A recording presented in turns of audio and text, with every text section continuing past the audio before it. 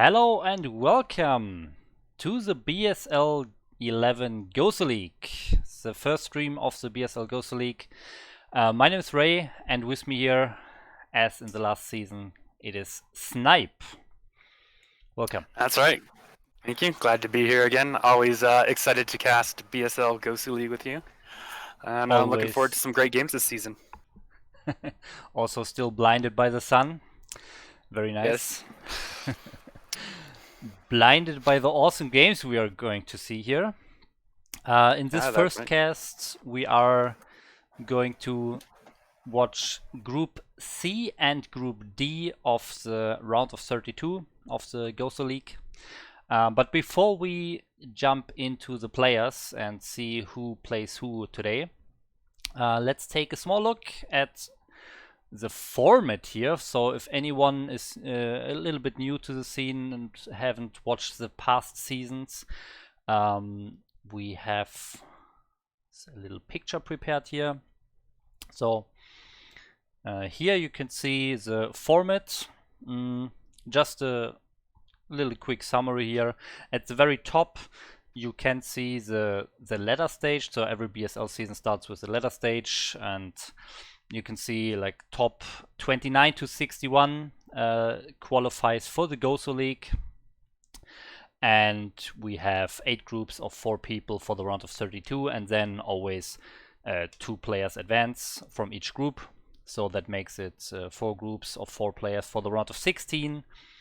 Again, 2 players advance, and then we have a normal round of 8 bracket until the finals. So pretty standard format, but the interesting part about the BSL is, of course, the ladder stage, where everyone tries to get the best spots and tries to qualify for the highest tier tournament. Highest is, of course, the Pro League, but Gosuleague is the second tier tournament here of the BSL, and we have some awesome players anyways. Okay. After this, we can check out the maps here. Yeah, the maps are some maps, like a mix out of some ladder maps, and we also have some newer maps here. So we start out with Eclipse and Overwatch. I mean, Eclipse, probably everyone knows it. It's a current ladder map for the past 3 seasons or so. And then we have Overwatch. Overwatch, I'm not sure, Snipe. Was it in the ladder like 3 seasons ago, maybe? Yeah, it's been around a little bit, come and gone. We've had it in CPL as well. It's a pretty popular 2-player map, a lot of fun. Definitely can lean more towards macro style games, just from all the high bases and stuff. But we'll have to see. Common, well, I think it's a well-balanced, well-played 2-player map. Yeah, we'll see some nice late games, I hope, on this map. And then for the 3-player maps, we have Neo Sulfid. Is probably a very well-known map. But then we have Demonio Azul. That is a pretty new map in competitive StarCraft. Do you have any experience on that map, Snipe? I've played a couple of games on this map. I'm not a huge fan, I gotta say. It seems pretty hard no matter which way you want to go to get a third base. Like your natural's there, but then the third bases are both far away. One's a mineral only, one's like a high ground on gas. But whichever way you decide to go, it's going to be harder to defend or keep your army kind of there and defend both places at once, I find. So we might see more heavy 2-base play kind of things coming out on this map. Yeah. And then we have Gold Rush for the last 3rd-player map. Gold Rush is also, I think, very interesting. We have these corner bases that are blocked by assimilators. It may be a little bit hard to explain, but we'll definitely see it in game and talk about it a bit more, I guess. And then for the 4-player maps, we have Polypoid, which is another very popular map, so now no need to talk about that. And then we have Blade Runner, which is another new map. I think it was not played in any other big tournaments so far. Do you have any experience on that, Snipe? I played one match on there for a BSL tournament, actually. Ended up winning it. It seems like it could be kind of a macro map just because you can kind of secure 3 bases in your own little section there. I believe one of them's just a mineral only. But like I said, you can get those 3 bases pretty easily and kind of hold your corner of the map.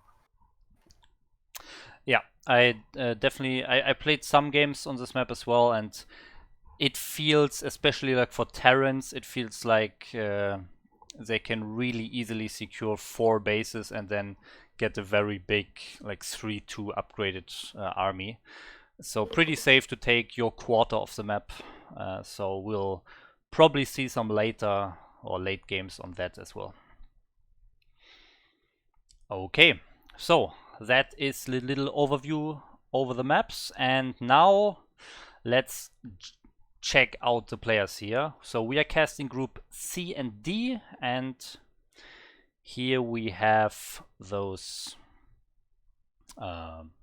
groups. So in group C we have we have Croatian Protoss, DSA QVE. I'm not sure. The Sockway, you know, I believe. the Sockway. I somehow recall that he is an old school player that had another name before, but I'm not quite sure. Do you know anything about that? I don't know if he had a different name, maybe Lockdog, something like that. But he's definitely old school player. He's been around for a while. He's in NAS, the NAS A team right now. He also he went pretty far in like Team Liquid Legacy Star League or something like that. I just remember he faced Dragon in the finals, who's my friend, right, in real life, and so he took second place in that, beating some top players like Radley, who we're going to see later today, and I believe he even beat like True Touch and something in that tournament. So definitely looking like a strong player, and I would expect to see him maybe make it out of this group. Yeah, that could be. But we have some other players, strong players in that group. We have the Protoss NBA from Chile. Also, I think a pretty a name that you can see very often in the Gosuleague. I think I remember him from the past 2 seasons at least. I know that I played him myself in the last season in the Gosuleague, and here he is again in season 11. Yeah, we've definitely casted some games maybe a couple seasons ago as well. I think he's pretty strong. I would say he's got a shot to get out of this group, but like looking at these players, I think like anyone could basically get out of these groups. They're all at a kind of a level where they can take games off of each other, and with the format being what it is, I think there's a chance for anyone to advance. Yep. Okay, then we have the Polish Protoss, Gauss. That's a name that I have not really seen before. So he seems to be either a new player or he changed his name. I'm not sure. Yeah, I don't have much on him either. Maybe kind of the wild card of the group. We'll get to see his play, kind of his style, what he likes to do. He's definitely in here with some tough company, but maybe he can make something happen. We'll see. Yeah, and for the last player of Group C here, we have a very, very old school player from America, the Zerg Machine. Yeah, that's right. He's actually a CPL coach this season. He won BSL Chobu League last season. Oh. So I mean, I hope he does well. I've played a few games against him. He's someone I'd actually like to play more because I think he'd be good practice for me, being a little bit better than me, but not so good that he would just destroy me completely every game. But he's definitely a strong player, so I would like to see him make it out. I think it's going to be a tough group for him. There's some strong Protosses here, but yeah, good luck to everyone here in the group. Yeah, so the one advantage he has is that he only has to practice one matchup, so he can only play ZVP and well, has his practice against all the players in his group. So maybe that's a little advantage, but we'll see. Before we jump into the game, let's take a small look how those players did in the ladder stage of the BSL. As we showed you earlier, everyone got here by playing in the BSL ladder phase, and here we see that ladder stage. So here, let's take a small look. We have Zakwe. I have no idea how to pronounce that. Sakwe, I believe. The Sakwe. Okay. Yeah, finishing very strong at 2.2k. That's very close to S rank, I think, and should also be very close to actually qualifying for the Pro League, if I'm not mistaken here. Then as the second player we had NBA, following finishing a bit lower here at 2.1k.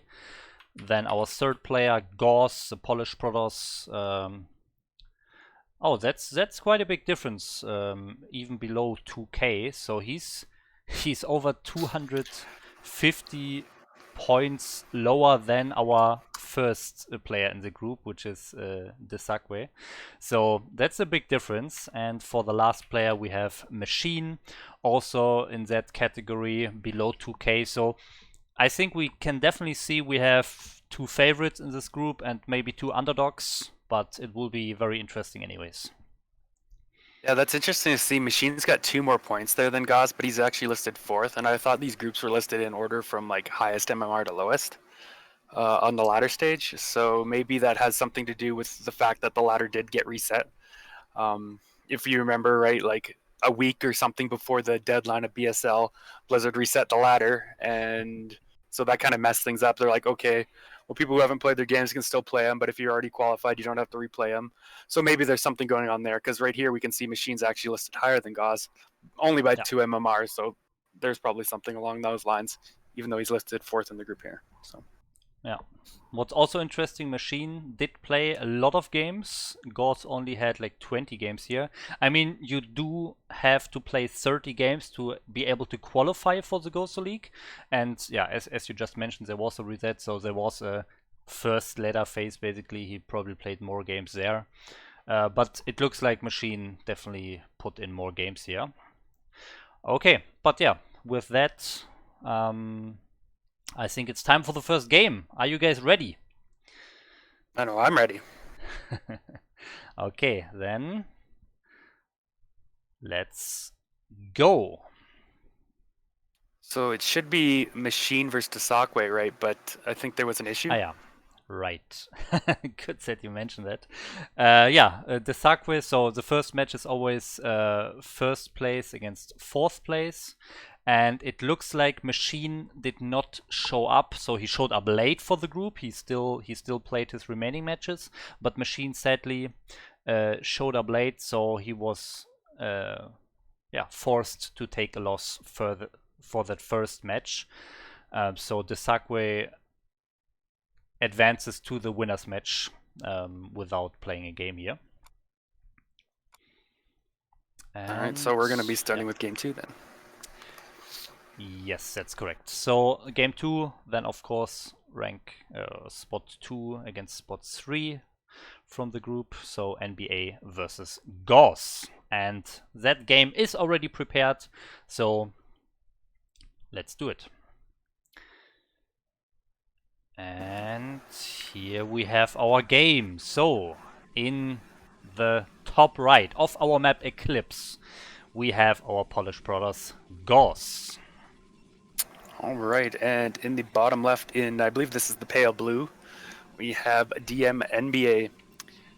Now, definitely interesting 2-player map, so there's a lot of different proxy locations. We'll have to see if either player wants to do that. And as I say that, we do see Gauss is actually sending his first probe out here, or one of his first probes out, so we are going to see him proxy. It depends where he wants to proxy it. Kind of went up on the high ground. Maybe he's just... This is interesting. He went up on the high ground, turned back, and now he's coming back. What do you think of this?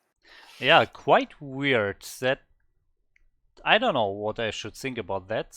If you enter a tournament and you have like a proxy that you prepare, then I think you exactly know where and when to send your probe. But it looks like he wasn't sure. Maybe it's kind of a on-the-fly decision and not something that was planned. I'm not sure. But he's definitely going into the main base here. Oh man, this will get this will get us a lot of action very quickly here. Now the question is, will NBA scout this? And it looks like he already does. Okay, I was gonna say this, like, because I know this is a place you can proxy, I like to build my SimCity kind of up from the gas, so I will be able to scout that if they do it. And it looks like NBA did the same kind of thing here.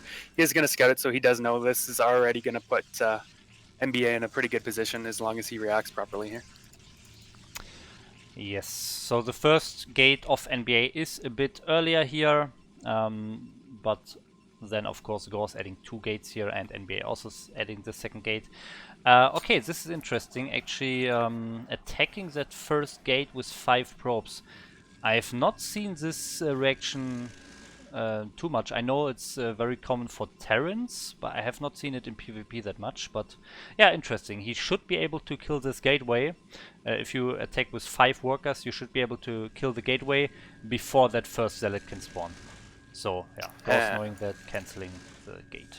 Yeah, that is interesting to see. Like you said, I haven't really seen that before. Normally I would see, okay, you just keep the probes mining to keep your economy lead, because you know that Goss had to cut to do this, right? Because his economy's not going to be as strong since he sent out that early probe, and just rely on your 2-gate zealot to defend, and 2-gate zealot plus probes. But it looks like he's just going to handle this by killing the gate. Is he going to get this gate? I think the first zealot is going to be able to get out of here, so we'll see if Goss can get anything done. Yeah, this needs to get a lot of things done, otherwise Gauss is super far behind in this game already. So far it looks like he's just trying to buy time while actually getting a forge in his own main, so yeah, probably not planning to get further zealots. Yeah. Now, sometimes you'll see them build cannons with this. I don't think we're going to see that here, like build cannons and gateways, because NBA's pretty much already shut this down pretty hard. So he's just going to build cannons at home because he knows he needs something to defend. But this is already looking bad for him. Like, NBA is going to be in such a great position going into any kind of mid game here that I don't know what Gods is going to be able to do to try and get back in this game. Yeah. Gets 1 probe here, almost gets a second one. So at least something, but yeah, as you said, he's super far behind. NBA can basically do whatever he wants now. He can take an expansion, he can continue the zealot production and contain Gauss. He could build cannons even in the natural whatever, or he could just take up. So many possibilities here for NBA. Yeah, the only thing I will say that Gauss has going for him at the moment is the fact that he does have a slightly more probes here. He's about 3 probes ahead, 2.5 maybe. So he's going to have a little bit better economy here for the foreseeable future. It doesn't look like these zealots are going to be able to get in and do any damage with probes on the ramp here. But this is just like a small victory for Gauss. Like, NBA is definitely in the driver's seat right now, and he can decide how he wants this game to go. Yeah, but this is also a very interesting fact here, I think, that NBA actually cut some probes to get his zealots out, because he was also attacking the gateways of Gauss with his 5 probes. He probably didn't have the money to continue his probe production all the time while making zealots. So that in itself a little victory here for Gauss. Yeah. Looking at this, it looks like the tech coming out of Gauss is actually just very, very slightly ahead of NBA, so they're going to be able to start producing Dragoons at about the same time. But critically, like, NBA already has 2 gateways. He's already got his gas mining. He didn't have to build a forge and cannons. Like I said, he's still down probes, but he's taking an expansion here now. So once this finishes up, he's going to be able to close that gap and catch up in probes here, no problem. Yeah. And the only thing that you have to make sure is that you don't die to DTs. The DTs a very common follow-up to this, to such cheese plays. But it looks like, oh, we see a 3rd gateway. This could be a speed zealot all-in. That's interesting. Yeah, he has been mining gas for quite a while, so I wouldn't be surprised to see like some kind of 3-gate DTs coming out, maybe just trying to brute force his way in as well. Okay, he is going to throw down that Templar Archives. Yeah, we'll see where he goes with this. Meanwhile, over on NBA's side, that Nexus is getting pretty close to finishing up. Okay, this is what I wanted to see. He's going to throw down a forge. He's getting a robotics facility as well, so I don't think he's going to necessarily take too much damage from these DTs. Yes.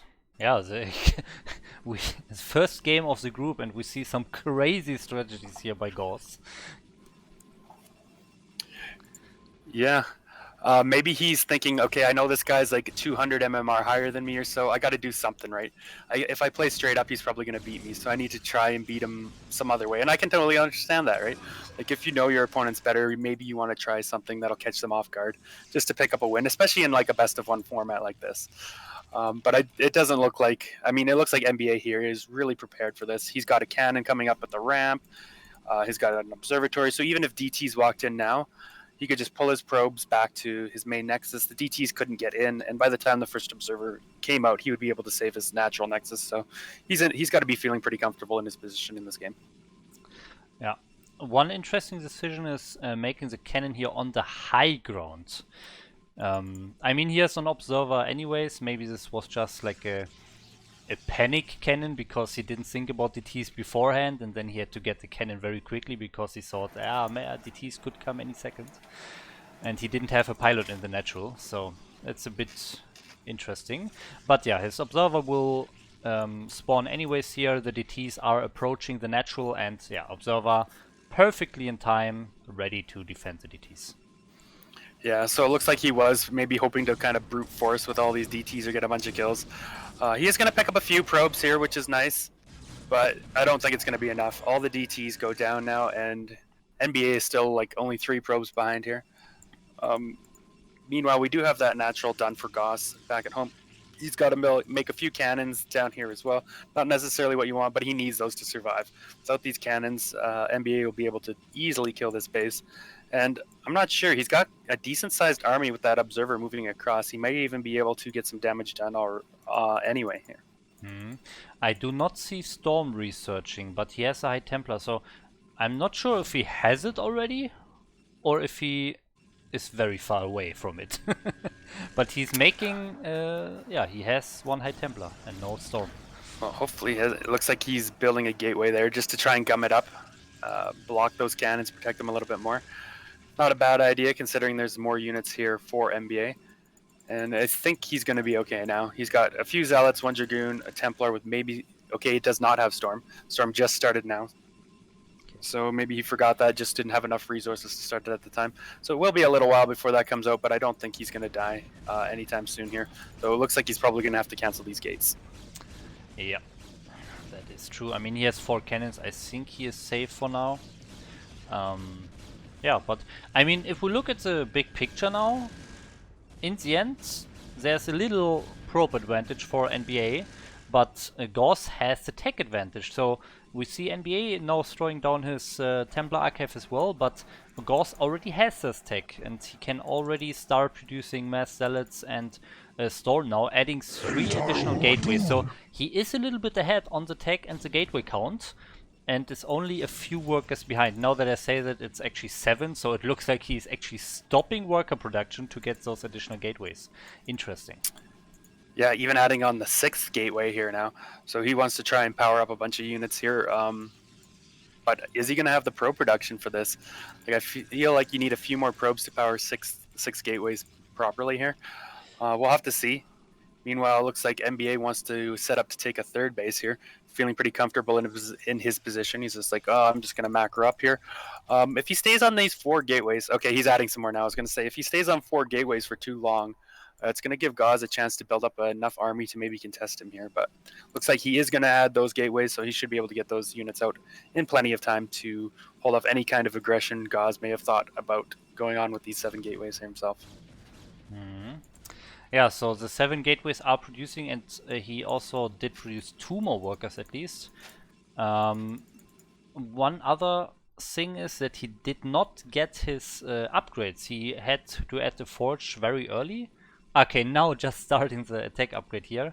While NBA, I think he has it... Yeah, he already has it done, pretty much.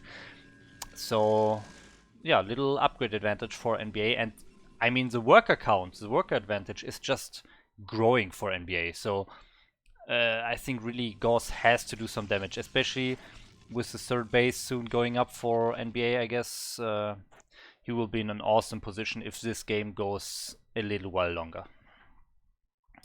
Yeah, it almost feels like I don't know if this is intentional by Gauss or if he's got the same problem I've had recently where I'm just having problems producing workers, especially in PvP or PvT. I don't know what it is. So maybe he's got something like that. He just completely forgot to make these workers.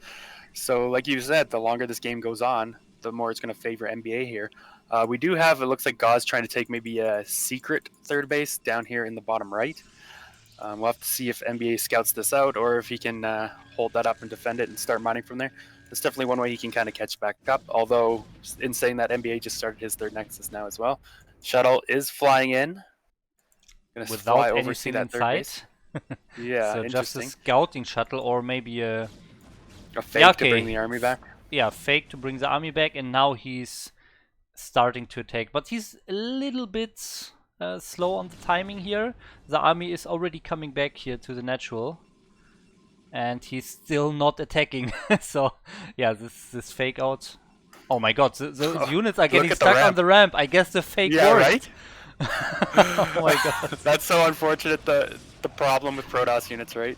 Machine Dragoon's so buggy.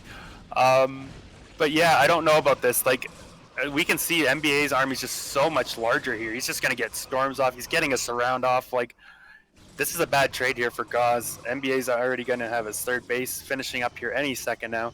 And he just killed a bunch of units for free when he already had the lead. So this is looking better and better for NBA. I'm not sure what Gauss is going to be able to do here. Maybe this, like I said, maybe this hidden base can get him back into the game.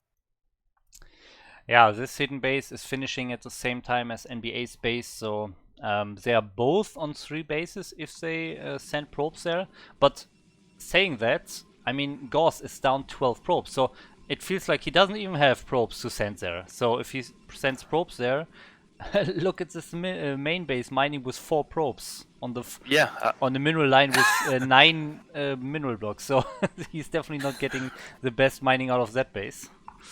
Yeah, exactly. I was just going to say he went for the transfer there and he just transferred most of his main probes and now he doesn't have enough. And he should be like producing more probes. Like, he's just been cut at 36 for most of this game, right?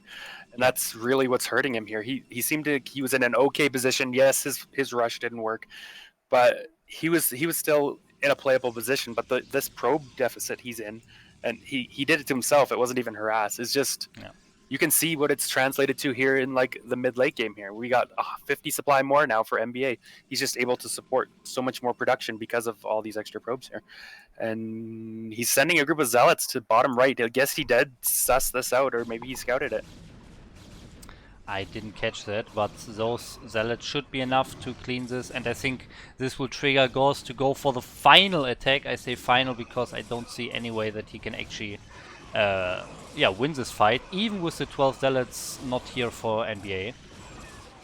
Yeah, I was gonna say, like, he feels like this is probably his best chance to go, right? Because half of the army, or some part of the army for NBA, is gone, killing his base, but the rest of NBA's army is still bigger than what he has, so he's gonna lose these Dragoons.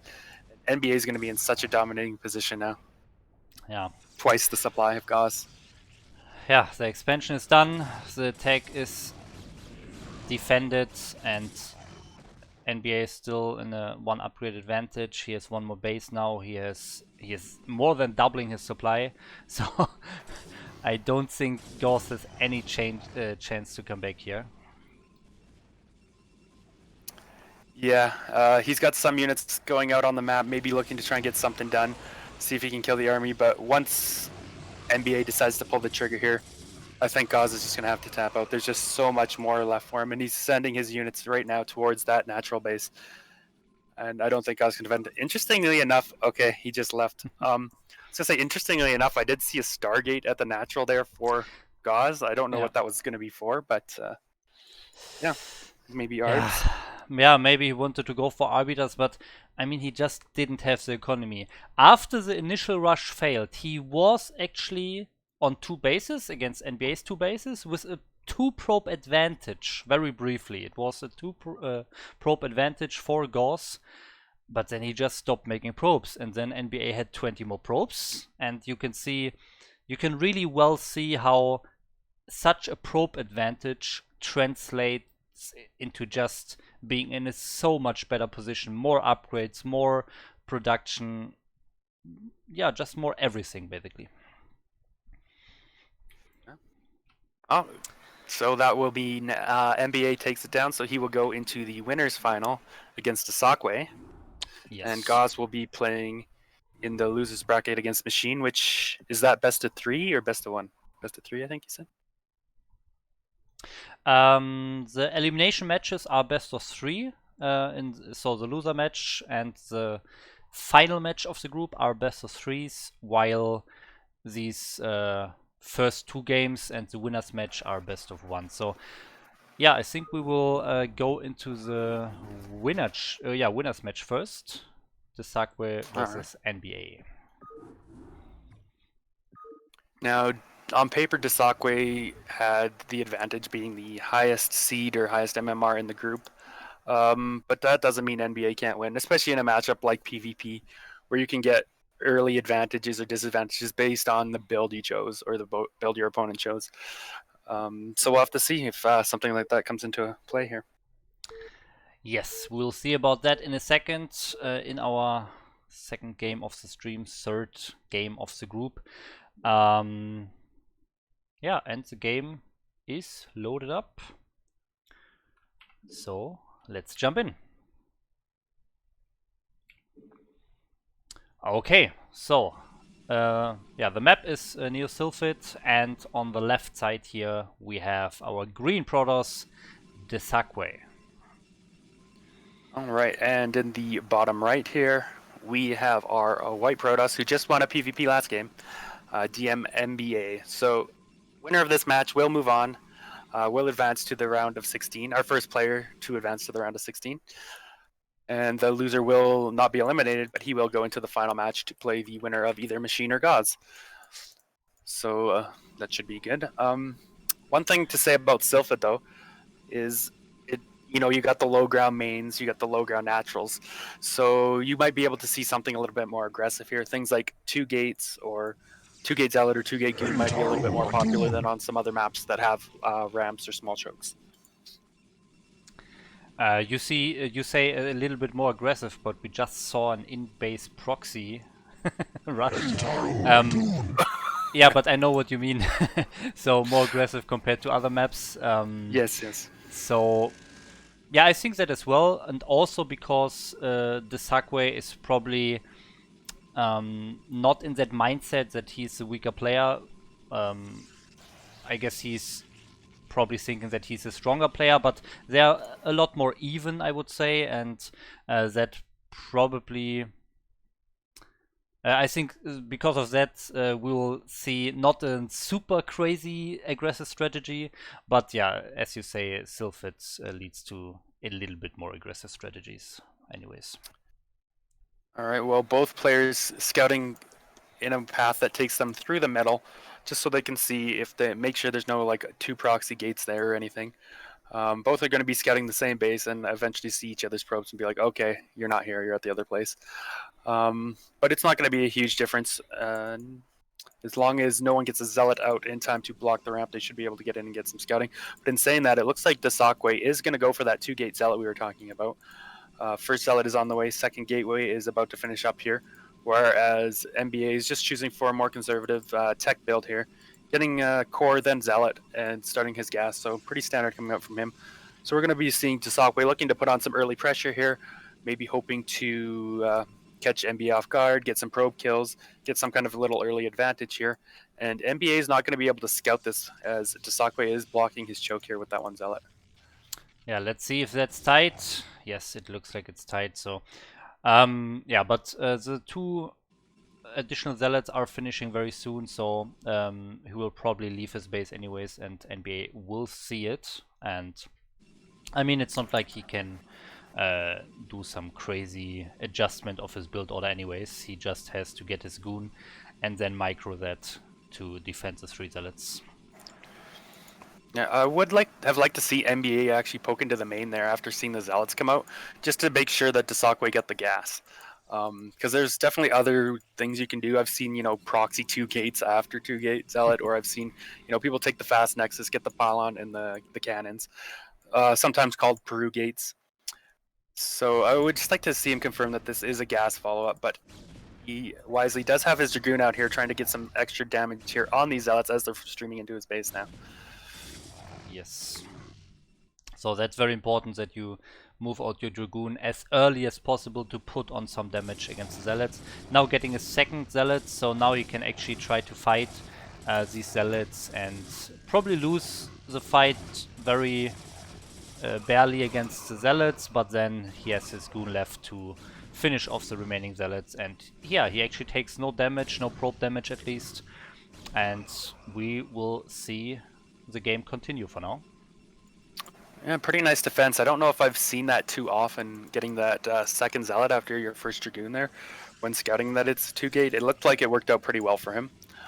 Because Zealots are definitely a little bit more tanky and like straight up without micro will beat a Dragoon. They have more HP and higher DPS, so definitely can be strong. But like you said, he defended that just fine. He's going up to 3 gateways here before any kind of robo, so he's actually going to turn the tables now, and he says, okay, now I want to put a bunch of pressure onto Gosuleague. And will Gosuleague be ready for this? It looks like he's actually continuing to produce some more Zealots of his own here. Yeah, he's getting the robotics instead. So he did have his initial 2 gates a little bit earlier, so right now he has 4 units against also the 4 units of NBA, so he is fine for now, but like 2 more rounds and we see 2 more units for NBA. But of course he has to travel across the map, and when he actually reaches the Sagway, he's probably on a like 1 goon advantage or so. So I think the Sagway should be fine if he doesn't move out of his natural or loses his goon for free. Yeah, I was gonna say, now he is gonna scout with this Dragoon, and he is gonna lose that, so that's gonna be a little bit better here for NBA. He's gonna really have to try and defend his choke here. If nothing else, NBA is gonna be able to get a contain up on Gosuleague, but in saying that, NBA cut probes pretty hard here to do this rush, to do this attack. We can already see Gosuleague's ahead by 7 probes. So if Gosuleague is able to hold here and eventually push out into his natural, he should be fine, and he'll still have a decent amount of probes and be able to play from there. But it looks like NBA wants to push in here. I don't know. Okay, he backs up. Yeah, you can't really go through this choke against so many units. 7 units are definitely enough to really kill off many units going through this choke without really taking counter damage. So Gosuleague is fine for now. He's not getting breached in his main base, but as you said, the hard part for Gosuleague is definitely getting out of his base. So the little contain is up here for NBA. He's staying with the goons in front of the choke. So now he turns around the same situation just in his favor. I think he might be a little bit worried about DTs or something, because he did poke in there, right? He saw a bunch of Zealots, so he's like, okay, he's not spending his gas on Dragoons. Where is he spending his gas? And like we can see this back at home, he's got like a bunch of Dragoons just blocking up the ramp here while he rushes out his observer. So definitely think he's worried of the possibility of DTs. As we can see, it's not DTs, and he will very soon see for himself that it's not DTs when this Reaver pokes into view. Yeah, and he's also getting Reaver himself, but the Reaver of Gosuleague is already out because he had the earlier robotics, of course. And Gosuleague knows about this possibility that he's contained in his main and adds 2 more additional gateways. So he's up to 4 gateways, so he will have a lot of units. And we can see NBA giving up the contain here, so that means Gosuleague can go out and he will have a lot of units if he produces a round of those 4 gateways. Yeah, this is a pretty heads-up play to back out, I think, because he knew, like, Gosuleague has Zealots, and he has the Reaver, so he knows he's going to be able to push out, and if he stays here too much longer, he's going to lose some of these Dragoons for free, which he doesn't want to do, so backing up, I think, is a smart play. He got what he needed to get done, mostly with that contain. But I will say, like, the fact that he still doesn't have a natural Nexus and Gosuleague is still taking it first, despite having that contain, may come back to bite him here in a little bit. Yeah, and it looks like he will also lose his first observer, so he's in the dark for now. He doesn't see Gosuleague's moves, and that's very important because the shuttle is finished. So Gosuleague could move out at this point or just fly the shuttle out for some harassment, and NBA does not know. Yeah, I got to give a little bit of advantage here now to Gosuleague because he's still up on probes. He's going to have his natural Nexus. faster. He's got more than enough to defend what NBA is trying to push in here with. This is actually kind of dangerous. I don't know if he was just trying to hopefully pick off the Reaver, pick off the shuttle just to buy himself some time, or what. That poke looked very dangerous. Like he's just going to take free shots from the Dragoons and the Reaver here. Yeah. But he's now reinforcing that little army at the front with his other units. Of course, that observer advantage for the Desakwe coming into play again, and he sees this move out. So now, pretty much all he needs to do is staying in a very defensive position and yeah, not die here. The shuttle with the Run Reaver and 2 Zealots is coming back, so he really wants to make sure he defends this. And this is a micro battle, so the Desakwe has some more units, I would say, maybe. It looks about even, but this is a Reaver micro battle. Very close to taking a shot there, but he does pick up that Reaver just in time. We do see he's throwing a couple of pylons here. This is to try and mess up the AI a little bit of NBA if he decides to move in, get some shots from the Dragoons. Well, his Dragoons can do extra damage to NBA's, but critically enough here, like NBA is trying to even this out a little bit. He is getting some probe kills. Now he's moving in. I don't know. Okay, he did try and pick off that shuttle, but Desakwe pulling that back quick enough that it doesn't even take any actual damage. So he's going to push out here, and I don't know about this for NBA staying around here. We'll have to see how the battle goes. Yeah, it's 2 Reavers against 1 Reaver, but so far getting good shots with the Reaver.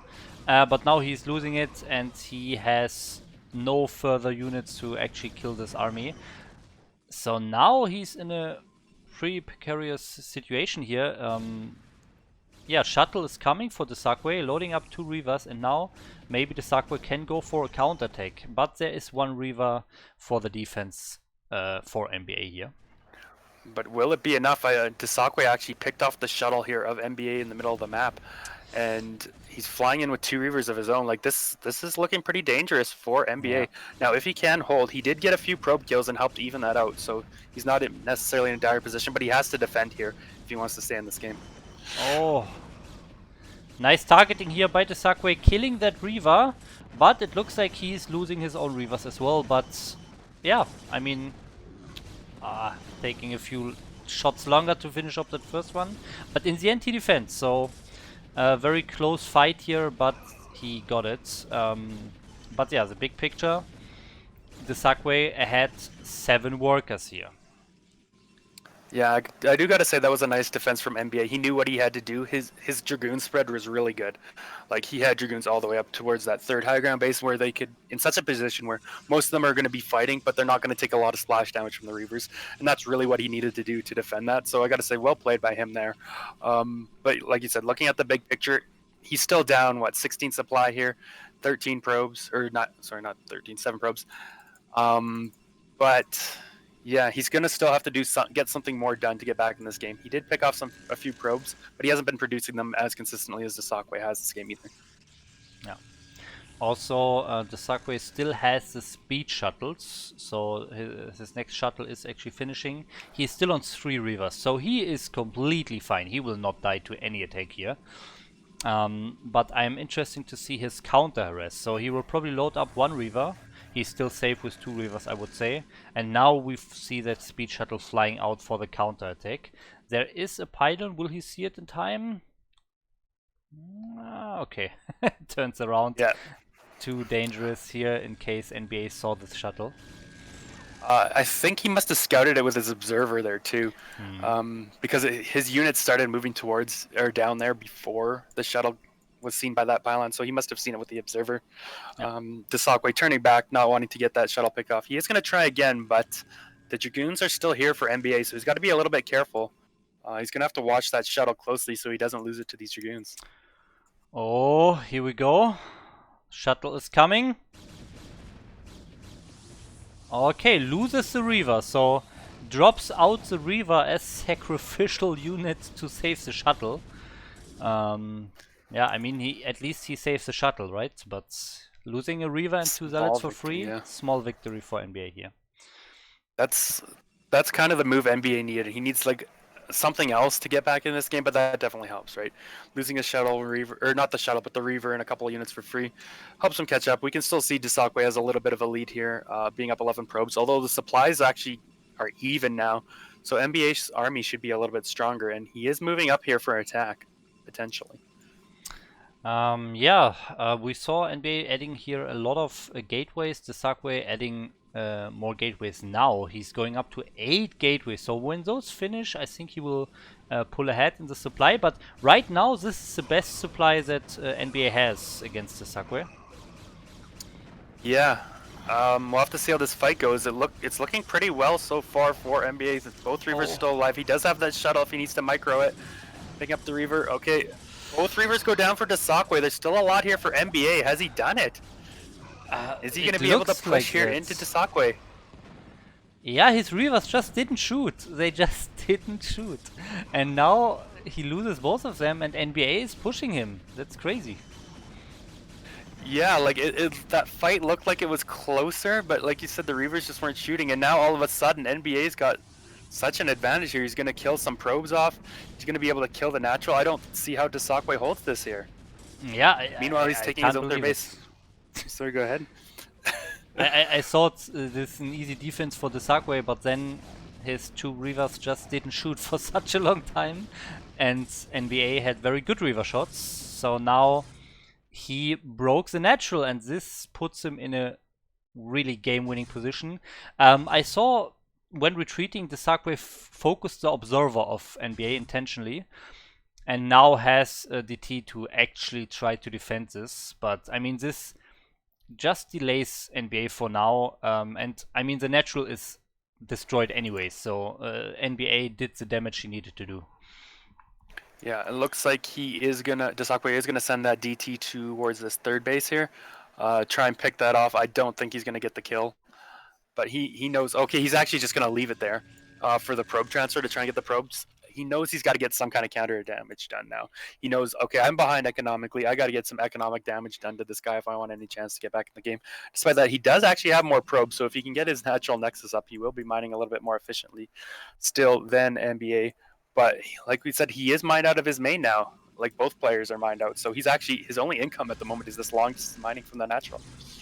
DT getting some kills. Observer is very close by, but NBA is not realizing it. Okay, now he is, but yeah, pretty much every probe except one was killed here of those transferred to the third base. So yeah, again, Dasakwe now 9 probes actually ahead. But of course he's down a base. Yeah, it's not 2 against 3. That would be a little bit better for the Sagway. It's actually 2 against 1. So we have like 50% more bases for NBA here, because the main bases are mined out for both players here. Yeah, just one finishing up now.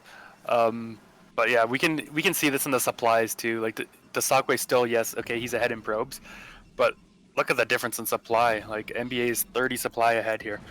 Okay, we do have a Reaver flying in towards that third, picking off a few probes.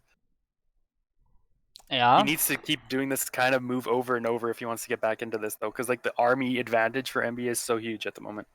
Like if he just went in and attacked, I don't think the Dasakwe would have enough to defend. Yeah, the Dasakwe is getting some Reavers again, so those are good to defend if they shoot. But yeah, apart from that, I really don't see a way to actually win this game for now if he doesn't do some additional damage. Just saves that shuttle. I thought NBA was going to get that pick off there, but he does get out with the shuttle and Reaver, which is critical if he does want to defend. Like he's going to need every unit he can when NBA decides it's time to push, it's time to go. Okay, so Storm Research, basically done for both players in around 10 seconds, so pretty even on that part. What are the upgrades doing? 1-0 for the Sagway, and we have 0-0 for NBA, so little advantage there. NBA's upgrade halfway done. No additional forge. So maybe if the Sagway gets another base up, he can come back into this game. But it's NBA's job here to deny the space, I think. Yeah, and I mean, as soon as he catches wind of this, I think he's probably going to. He's got his first couple of Templar out here on the field as well. And it's such a hard position for Dasakwe to try and hold either of these positions. We got the first couple of Reavers coming out. No shuttle ready yet for Gosuleague. Oh. Is he going to lose this first Reaver here for free? Yes, he is. No shot That's again. not what you want to see. Yeah. And second Reaver going down as well. Or maybe okay, not. Reaver does go down for NBA as well, but what can he do? A couple of storms coming down, but I don't think it's going to be. There's just so much here for NBA. Yeah, there is one more storm for Gosuleague if he sees the Templar. No, he does not. So, yeah, there's no way the natural is going down again. Archon in the probe line, and that will seal the deal here. No way for Gosuleague to defend this attack, and that is game. And NBA advances to the round of 16 because the winners match is only a best of 1. So congratulations to NBA. Yeah, our first player in Gosuleague to advance. At least the first casted player to advance, anyway. To the round of 16. All right. No, well played. I mean, it felt like Gosuleague had the advantage for a lot of that game, but it came down to a couple key decisions, a couple key mistakes maybe, and NBA was able to pull ahead, take out the natural, and take the game from there. Yes. Yeah, I mean, it looked good for a while for Gosuleague, but sometimes little things can change the game a lot. So yeah, he is in the elimination match. The elimination match is, or the final match of the group is a best of 3. But before we go into that last match, we have to find out who Gosuleague's opponent in that final match is, and that will be decided in the losers match. I just realized that it looks like everything is a best of 1 and not we don't have any best of 3s, it looks like. Okay. It looks like the Wikipedia page was wrong there. Sorry about that. So maybe best of 3 start in the round of 16 groups or something, where we do best of 3s for elimination matches. Yeah, I tried to check it out. It said like round of 32 specifically is going for best of 3s, but yeah, it looks like that's not the case. Yeah, we only have one game here for the losers match, and that will be Gauss versus Machine. So Machine, again, for anyone tuning in later, Machine came late to the games of this group and actually missed his first match. So that was against Gosuleague. So in the first match he had to accept a walkover loss there, and now he is in the losers match and has to win 2 games in a row to be able to advance here. Yeah, that's right. And he will be playing Goss, who, of course, we saw lost to NBA earlier. Should be a pretty good match. I'm looking forward to this. Machine, as we know, did win Chobo League last season. And yeah, we're going to get some good PvZ action. It should be fun. Yes, I'm preparing the overlay right now. I noticed that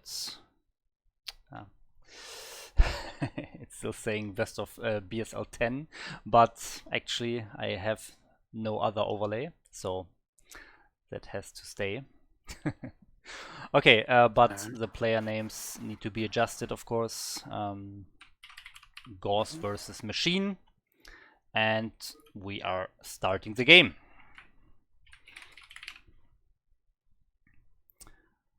Okay, with that we are ready and let's go.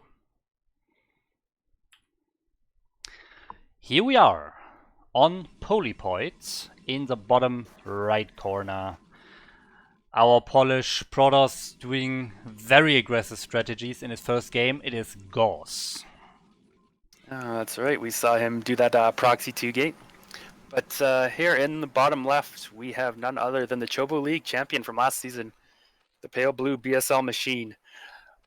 All right, now Polypoid. I do got to say I'm not a big fan of this map in PvZ, or actually I'm not a big fan of this map in either matchup, to be honest. But I find it hard to, like, if Zerg can get set up, they can get 4 bases. It's kind of hard to attack or pressure any of these 4 bases because they're going to have their high ground mineral only, and they're going to have like in this case, it would be like the 9 o'clock base, and it's just hard to get units either up the ramp somewhere or around, because then you're going to kind of sandwich between lurkers and stuff. I just find it hard to do anything about Zerg getting 4 bases. It's more like you have to play 3 bases if it gets to the late game. Anyway, or sorry, deny anything more than 4 bases if it gets to the late game. But we'll have to see. Looks like what players want to do. Looks like Gauss wants to open with a gate expand, which has definitely become more and more popular lately as players have learned how to handle and do this properly. And still not scouting after that gateway. Is this going to be actually a 2-gate at the natural? It looks like that, yeah. I don't know why you would stay here with the probe. So yeah, Gauss. Yeah. He is not interested in any late games here. He wants to finish and get out of this group as quickly as possible. The question is just as an advancing player or as an eliminated player here. And he is scouting the right way. But it's of course Machine's thing to scout now. And yeah, it looks like because he saw the probe coming from the right side, he's actually never mind, he also sent an overload to the right direction, so he's getting the scouting information as early as possible here. That means he can easily prepare for this and should probably not take a lot of damage. Yeah, that said, like a 2-gate can still be pretty scary or pretty hard to hold. Depending how the micro goes or those first couple of trades, like we can see here the spawning pool for Machine here is almost halfway done, not quite halfway done here, and the first Zealot is already on his way across the map, so he's going to be able to start putting on some early pressure here before Machine can even really get ready. Yeah, some little drone rest here to delay the Zealot as much as possible. Has to be careful to not lose that drone. And of course he has Larva saved up, the pool is finishing, so we see 6 Zerglings getting produced here, should see another 2 Zerglings. Can he get a Sunken up? Or is he actually trying to? He has the minerals and there are no Larva to spend anyway, so I think he should try to get the Sunken here. Yeah, it looks like he's confident enough maybe in his lane control that he can defend this without a Sunken. He did send a drone out. Was that to take a third or just to save it maybe? We got a couple of Zealots here running around the main base, a bunch of Lings. I don't know how he's going to defend. Well, let's see here. Yeah, this is getting serious here for Machine. So far, no reaction in the main base, losing the first drones. He is actually focusing on the front here and he's losing drones in the main base. Oh my god, he's still not reacting. Oh, this is horrible. This is very unfortunate for him. 4 kills for that Zealot already. It's going to be 5. Like, he's just too focused on these Zealots outside that he didn't see this one sneak around into the main base. He's going to just lose all of his drones. He's down to 5 drones. Even if he kills all these Zealots, he's in such a bad position now. Like, yeah. What is he going to be able to do? There's still 4 Zealots out here on the map. He's got no minerals to produce any more Lings. And he's got just 4 drones. Or 5 drones here to mine with. Yeah, that's crazy. Never saw that Zealots. Yeah. That's very unfortunate for him. He's going to lose even another drone here maybe. Okay, he does manage to save those, but the damage is done. Like, even if he doesn't kill him with these Zealots, there's no way, no getting back into here. He would have to get his Lings over to the base and kill almost all the probes here of Gauss. Just to fight back, and yeah, even losing another drone here. Yeah, and no that's Lings GG. to fight. Well, that's a bit unfortunate. I was really hoping for a pretty long, epic, intense ZVP, but that's the way it goes sometimes. Pretty unfortunate for Machine. Like, he misses his first game in Gosuleague here, and then his other game, he just dies to a quick 2-gate, and all of a sudden he's out of BSL just like that. But congratulations to Goss, who does go on to the final match after this game. That is true. Yeah, that's not what we see every day. Like, the winner of the Gosuleague getting eliminated after a total of 4-minute 40 game time. That's played a bunch of ladder games too to get here. Yeah, okay, that's true. Yeah, very unfortunate here for Machine. But that's it for this game. Yeah, and as you said, we'll see Gauss in the final match against the Sagway. So the Sagway has another chance. And those 2 players have not played before, so let's check that out. Yeah, I think I would have to favor Desakwe, but we'll have to see. Like maybe so far we've seen Gauze do 2-gate proxy and 2-gate at his Nat, so I'm pretty much expecting we're probably going to see a 2-gate again. And if Desakwe doesn't sniff that out or find that out, maybe he'll take too much damage, and Gauze can pick up a win and get out of this group here. But yeah, there's definitely a couple places you can proxy on this map on Polypoid here. Uh, we'll have to see. Maybe he can get something done. You say that, but are there really? I played a ladder game a few days ago. I tried to proxy in the middle of the map, and I just couldn't fit a gate, and had to there's a couple spots you can do it. You got to kind of know where they are.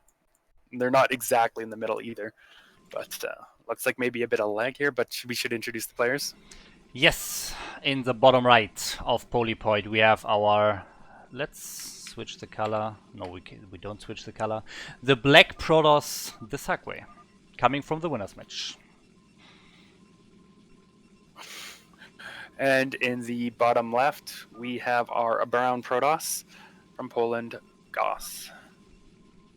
All right. Well, it looks like we got a bit of chat here, maybe a bit of lag, maybe somebody with COVID or something. I don't know what's going on here, but so far I don't see any probe going out on the map from Goss. So if he is planning to do something aggressive, it would be like an in-base 2-gate maybe. Very surprising for Goss so far to have the first pylon in his main base. But yeah, Goss is from Poland, Desakwe is from Croatia, so they are pretty close.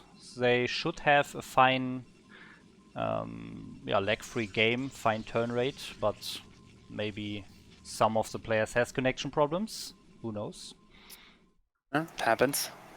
Yeah, both players are going to be scouting in the wrong direction, so they'll be scouting each other last. Unless, of course, they see each other's probes crossing in the middle of the map and know, okay, you're not in this spot, you got to be in the other spot.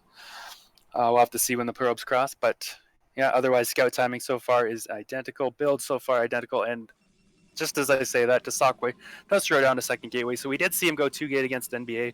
Looks like he's going to do the same against Gauze here. And the Gauze is actually going 2-gate as well. So we're going to have 2-gate against 2-gate. Yep. Yeah, so completely mirrored builds so far.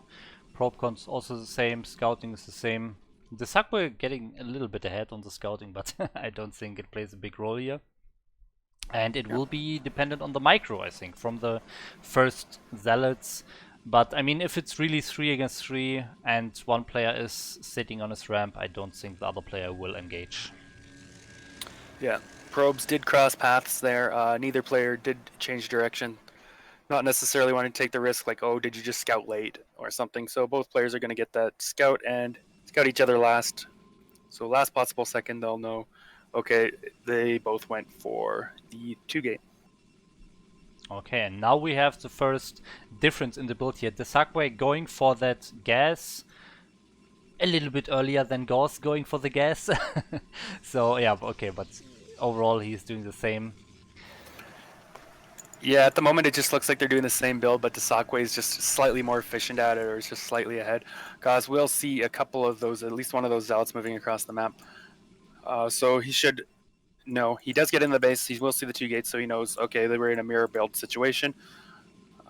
We'll see how he wants to play. Desakwe still doesn't know that this is actually 2-gate from Gauze himself, but once he gets here and sees a couple of zealots, he may just assume, okay, this was probably a 2-gate with 2 zealots there. Yeah, but this probe is very important. I think he can also stay in the space for quite a while longer. There are no units in production for Desakwe. Desakwe actually attacking, and Gauze only on the ramp with 2 zealots, so Desakwe is actually getting in. There are a total of 4 zealots for Gauze, but they were not at the ramp. They were not keeping these zealots from Desakwe out. So he's getting in here. He's getting the scouting information. That's very important, and he's also getting some drone or probe kills here. Yeah, he also killed the scouting probe of Gauze back in his own base with a probe. So we'll have to see. Oh, Zealot's glitching out quite a bit here. We do see that he got ahead 5 probes because of this engagement. So that's pretty nice for him. a little bit of an advantage, but we do see that now that Gauze actually will have the unit advantage. He's got 5 Zealots moving across the map against... Okay, 2 Dragoons just pop out now. So Dasakwe should be able to micro at least a couple of these Zealots down here before they reach his base and be perfectly fine.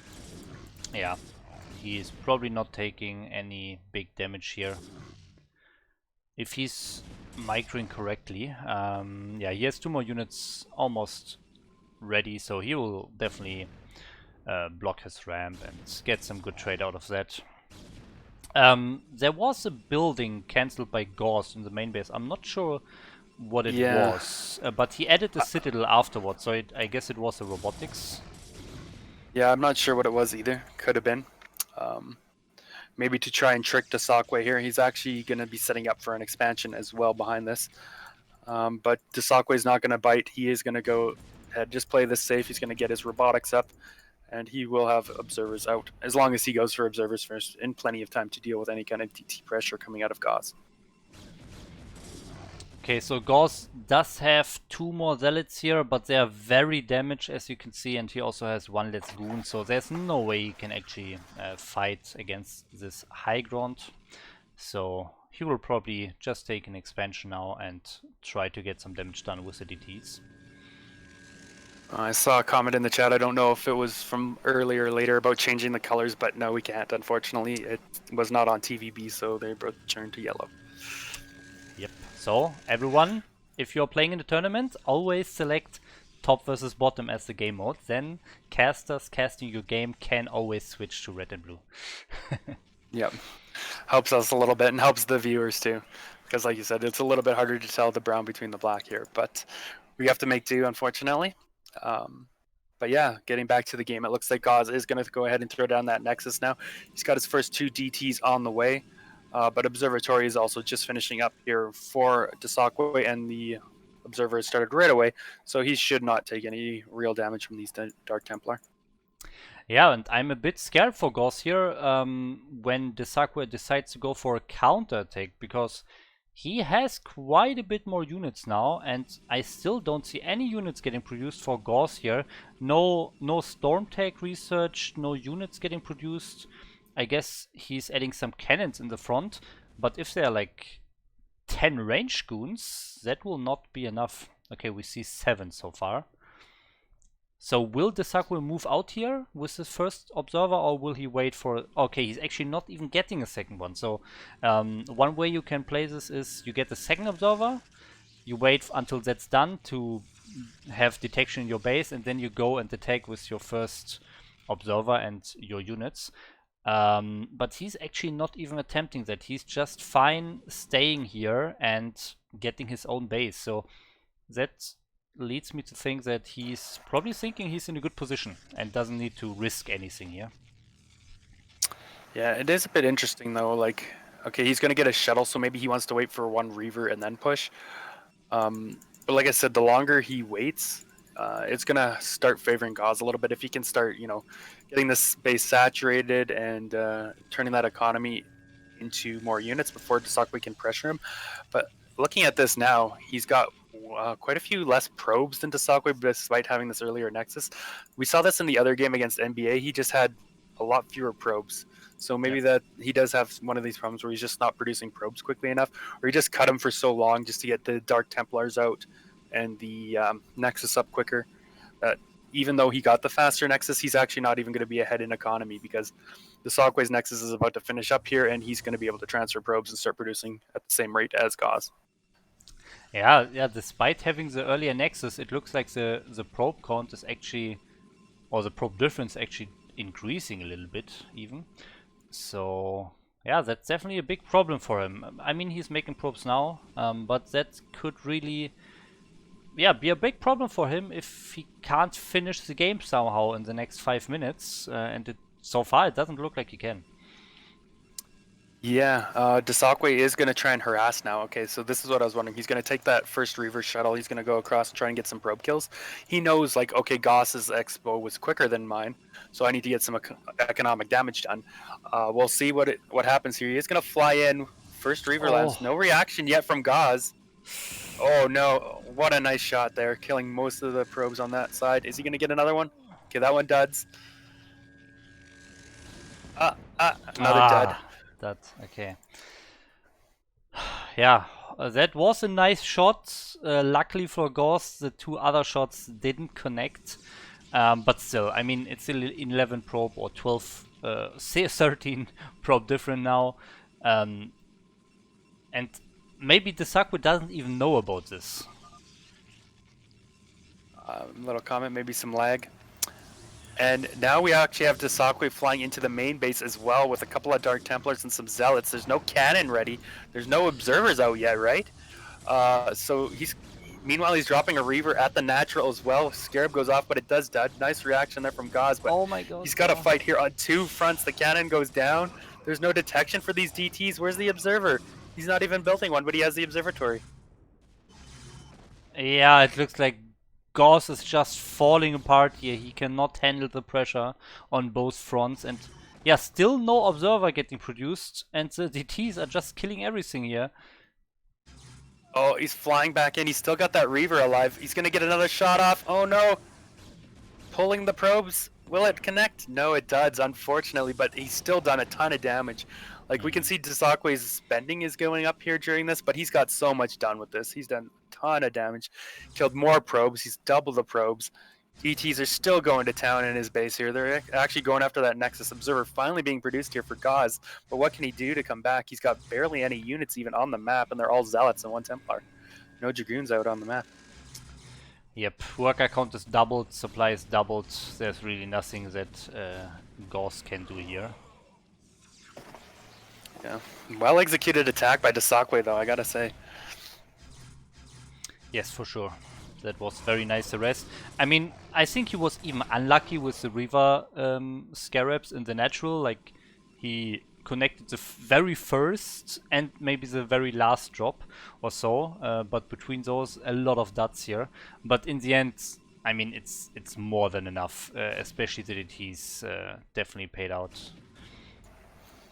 Like like Gauss doesn't even have an army to contest Desakwe and try and say, okay, I need to kill you now. If he wanted to just go all in and say, because that's really what something like this happens. That's usually what your only option is, like, okay, I gotta just try and go all in and kill him now. But he doesn't even have the army to do that. So what does he go? Where does he go from here? I mean, he cleared out the DTs. He's gonna retake his natural nexus, but he's just playing with such a deficit. Like, he's gonna have to kill every one of Desakwe's probes like twice or something just to come back in this game. You can see he's less than half the probes, less than half the supply. Desakwe's in total control right now. And the most interesting thing here is, I think, Desakwe getting 3 additional cannons. So, I mean, he's so incredibly far ahead, but he's still playing it safe. He knows he did a lot of economic damage. He just doesn't need to die, and then he wins the game. So even if he has more units, he's completely playing safe. Maybe a bit too safe in this case, but I mean, better safe than sorry. Yeah, exactly. Following that old adage of, you know, when you're ahead, get more ahead or something. He's just like, I know I don't need to die. That's all I have to do now is survive. I did so much damage, there's no way he can keep up with me. And in fact, he's actually going to continue on with this harass. He's got 2 High Templars flying in with the shuttle, so he's just like, you know what, it works so good. Let's see if I can kill a bunch more probes. And here it comes. Will he get a bunch? There is a cannon there. Will there be a reaction? No reaction. No! Oh my God! What was that? That was insane. I've never seen so many probes killed in a couple of storms. He went from, like, what was that, 22 down to 9? We can see the kill count. And 17. 17 probes killed. Yeah. Like, if Desakwe wasn't feeling comfortable before, he's got to be right now. Oh my goodness. Yeah. Well, Gauss is going to try and fly in with his own shuttle here. There's a couple of cannons in place, even a shuttle here to spot this. So Desakwe could definitely react to time. He is pulling his probes already. Dark Templar does get unloaded. Storm comes down, but kills literally nothing. Nothing. Oh my God. And yeah. Desakwe's taking the 3rd base. He's just so huge. I don't know if he realized. Okay, there's the GG. GG, well played. Desakwe advances in 2nd place out of the group, and Gauss is eliminated. Yeah, very solid performance here by the Sagway. Just very, very strong games overall. And yeah, congratulations to NBA and the Sagway, the two favorites of the group, advance here. And that wraps up our Group C. And next is Group D. Yeah, so we got two Protoss players advancing. I don't believe there are any Protoss players in this group, so we may have a couple of Zergs advancing or a couple of Terrans. I believe it was 2 Zergs, 2 Terrans, if I recall correctly. Yeah, let's check out that group here. Okay, so first of all, we have a Mexican Zerg by the name of Deska. I have not heard about him before. Do you have any information? I can't say I do, but he is listed first, so he's got to be the guy who finished with the highest MMR, so possibly the strongest player in the group. We'll have to see. I definitely recognize the other names, though, so this looks like a pretty tough group. Yeah, let's take a look at the ladder rating right away. We do have the ladder here, so let's check Deska. So Deska finishing around 2k. So, I mean, compared to the last group, definitely not super high. So, I'm not sure if they actually sort the players by MMR, but let's see. So Deska slightly above 2k here. So let's check the group again. Next player we have Zoom from Poland. Same clan as the organizer of this tournament, of course, Zero. Any information about him? Definitely a mainstay. We've seen him in Gosuleague a few seasons. I believe he was in your group again last season. You've had like a few games against him in different rounds of Gosuleague or something, if I can recall. That you've traded games with him. He's definitely a solid Zerg. I could see him making it out of this group. Yeah, he's a strong player, and he's the player that I played most in my BSL tournaments.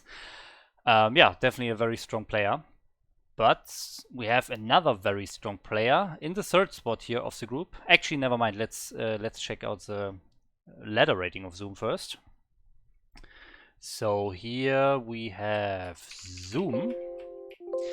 Yeah, going by the name ZZZ here in the ladder, I guess. Could be Zero as well, but I guess Zero. Yeah, I believe that's him. Yeah. Okay, yeah, 2.1k. So he is around 100 MMR higher than our first player of the group, Deska. Yeah, just like that. I mean, not a big difference. 100 MMR. Sometimes you have a bad day at the end of the ladder phase, or a good day, and that can already be 100 points difference. So, yeah, definitely nothing too big of a deal, but 100 MMR more here.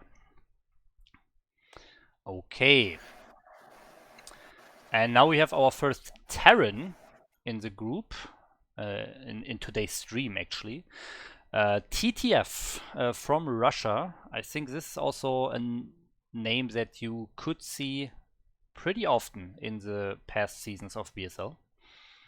Yeah, he's definitely been around. Strong Terran. I played him in a BSL tournament for this season, and he destroyed me, so there you go. Definitely think he has a shot. The only one I said would be questionable is Deska. I don't know anything about him, but the other three, I could see any of those three making out for sure. So this should be a good group, I'm thinking. Yep. Okay. Yeah, that's TTF. We'll check his ladder rating in a second, and then we have the Polish Protoss Redley, also a pretty well-known name, also playing a lot of Clan Wars for Ash. Got a little bit of popularity with some nuke plays in STPL, I remember. He's definitely a very special Terran. He's playing very weird strategies. Nukes, two-pot race, ghosts, lockdown. So that's very fun. Usually against Protoss, I think. Here we sadly have no Protoss, but maybe he's also doing some weird strategies against Terran or Zerg. Oh, I hope to see it. Okay, so let's check out the ladder rating of those remaining players. So we have TTF, yeah, pretty close to the other players in between 2k and 2.1k at, yeah, 2k 78. And for the last player we have RedLay. He went by the name, what was it, RG Protoss? RG Protoss, yeah. RG Protoss. Yeah, that's a weird thing. So we talked about this before the stream. I mean, he is a Terran, but he is displayed as a Protoss in the ladder phase. I'm not sure if he actually played Protoss here in the ladder stage, or that was just him using a weird account where he played more Protoss games in custom games or whatever. Maybe someone in the chat does know what's up with that, but we'll find out very soon. Even his name is Protoss, so maybe he's planning on playing Protoss this season. Who knows? Interested to see. Yeah. But I guess we'll find out. And he's also... Should be in the first match, right?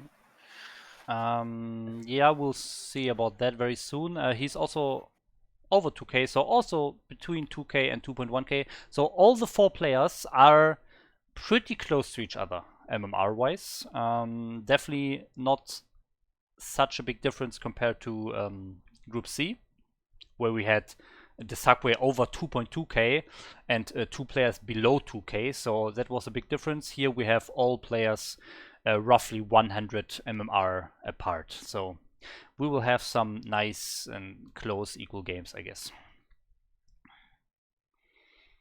Okay, so those are the 4 players: Deska, Zoom, TTF and RedLay, and the first match we have here in store for you. Let's see, we have Deska versus RedLay. So that's the game we have. Yeah, okay, so that fits. First player versus 4th player and second player versus 3rd player. So that is the same for every group, it looks like.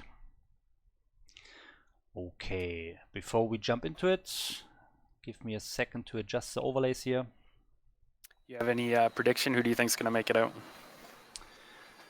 I'm giving it to the TTF, I would say, is the favorite. Or, I mean, MMR-wise, it's Zoom. But I think TTF, I saw him playing very strong matches. I would say TTF and Zoom. Right. Yeah, I could kind of agree with that. I definitely think Zoom's got a shot here. I am interested to see what Radley does. It looks like he is or will be playing Terran, as we assumed. So maybe he just laddered as Protoss. But yeah, who knows? Okay, so the overlay is prepared, and that means we are ready to jump into the game. Let's go. Okay, the map is again Eclipse in the first match of the group here, and in the top right corner we have our Polish Protoss. It is RedLay. All right, and in the bottom left we have our Mexican Zerg, BSL Deska, who I've never seen play before that I know of. So I definitely want to see what his style is. Something like 2-hatch has definitely become a lot more popular lately, ever since, you know, Soma kind of showed everyone, like, this is how you play 2-hatch, this is how you can win with 2-hatch, and went pretty far in some of the ASL tournaments. So I kind of expect we'll see something like that coming out of Deska, but that doesn't mean there's so many different things you could do. You could still go 3-hatch play, you could try something aggressive, something turtley, go up to like Ultralisks or Guardians. But part of it is also going to depend on what Radley wants to do, right? Like, is he going to be like a bio player? Does he want to go bio on this map? Or does he want to go mech? Does he want to go something early aggressive, like you were saying, something like a 2-port Wraith? The options in this matchup are, there's quite a few options, let's just say. So we'll have to see which way either player wants to play it and how they go from there. Yes, I mean, he is going Wraith versus Protoss sometimes, but of course versus Zerg, that's a more normal strategy, so I can definitely see him going for that. I think he likes his Wraith very much. But I'm also interested if we see a nuke. But let's not get ahead of ourselves. Let's look at the openings first. Here we see, I think it was a 11 pool here by Deska, and yeah, just normal barracks by Bradley. What do you think about those openings? So this is a bit interesting from Deska. I do think, like I've seen, 12 pools. I haven't seen 11 pool as much, but we'll see. Like I know with 12 pool, if you're going for a 2-hatch build, it comes out a little bit quicker than if you're going 12 hatch, right? Because you get that gas a little earlier, so you can start that lair sooner.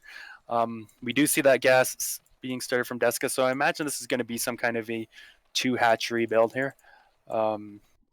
Meanwhile, Radley is going to scout this out. We'll see the adjustment. And on his side, 1 barracks. We still don't see the gas being taken, so it looks like he's probably just going to go ahead, get this barracks up, maybe look to expand here when he can, and transition into possibly bioplay.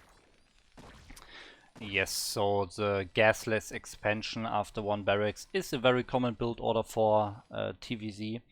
Oh, but he's actually going for 2nd barracks. Interesting. Ooh.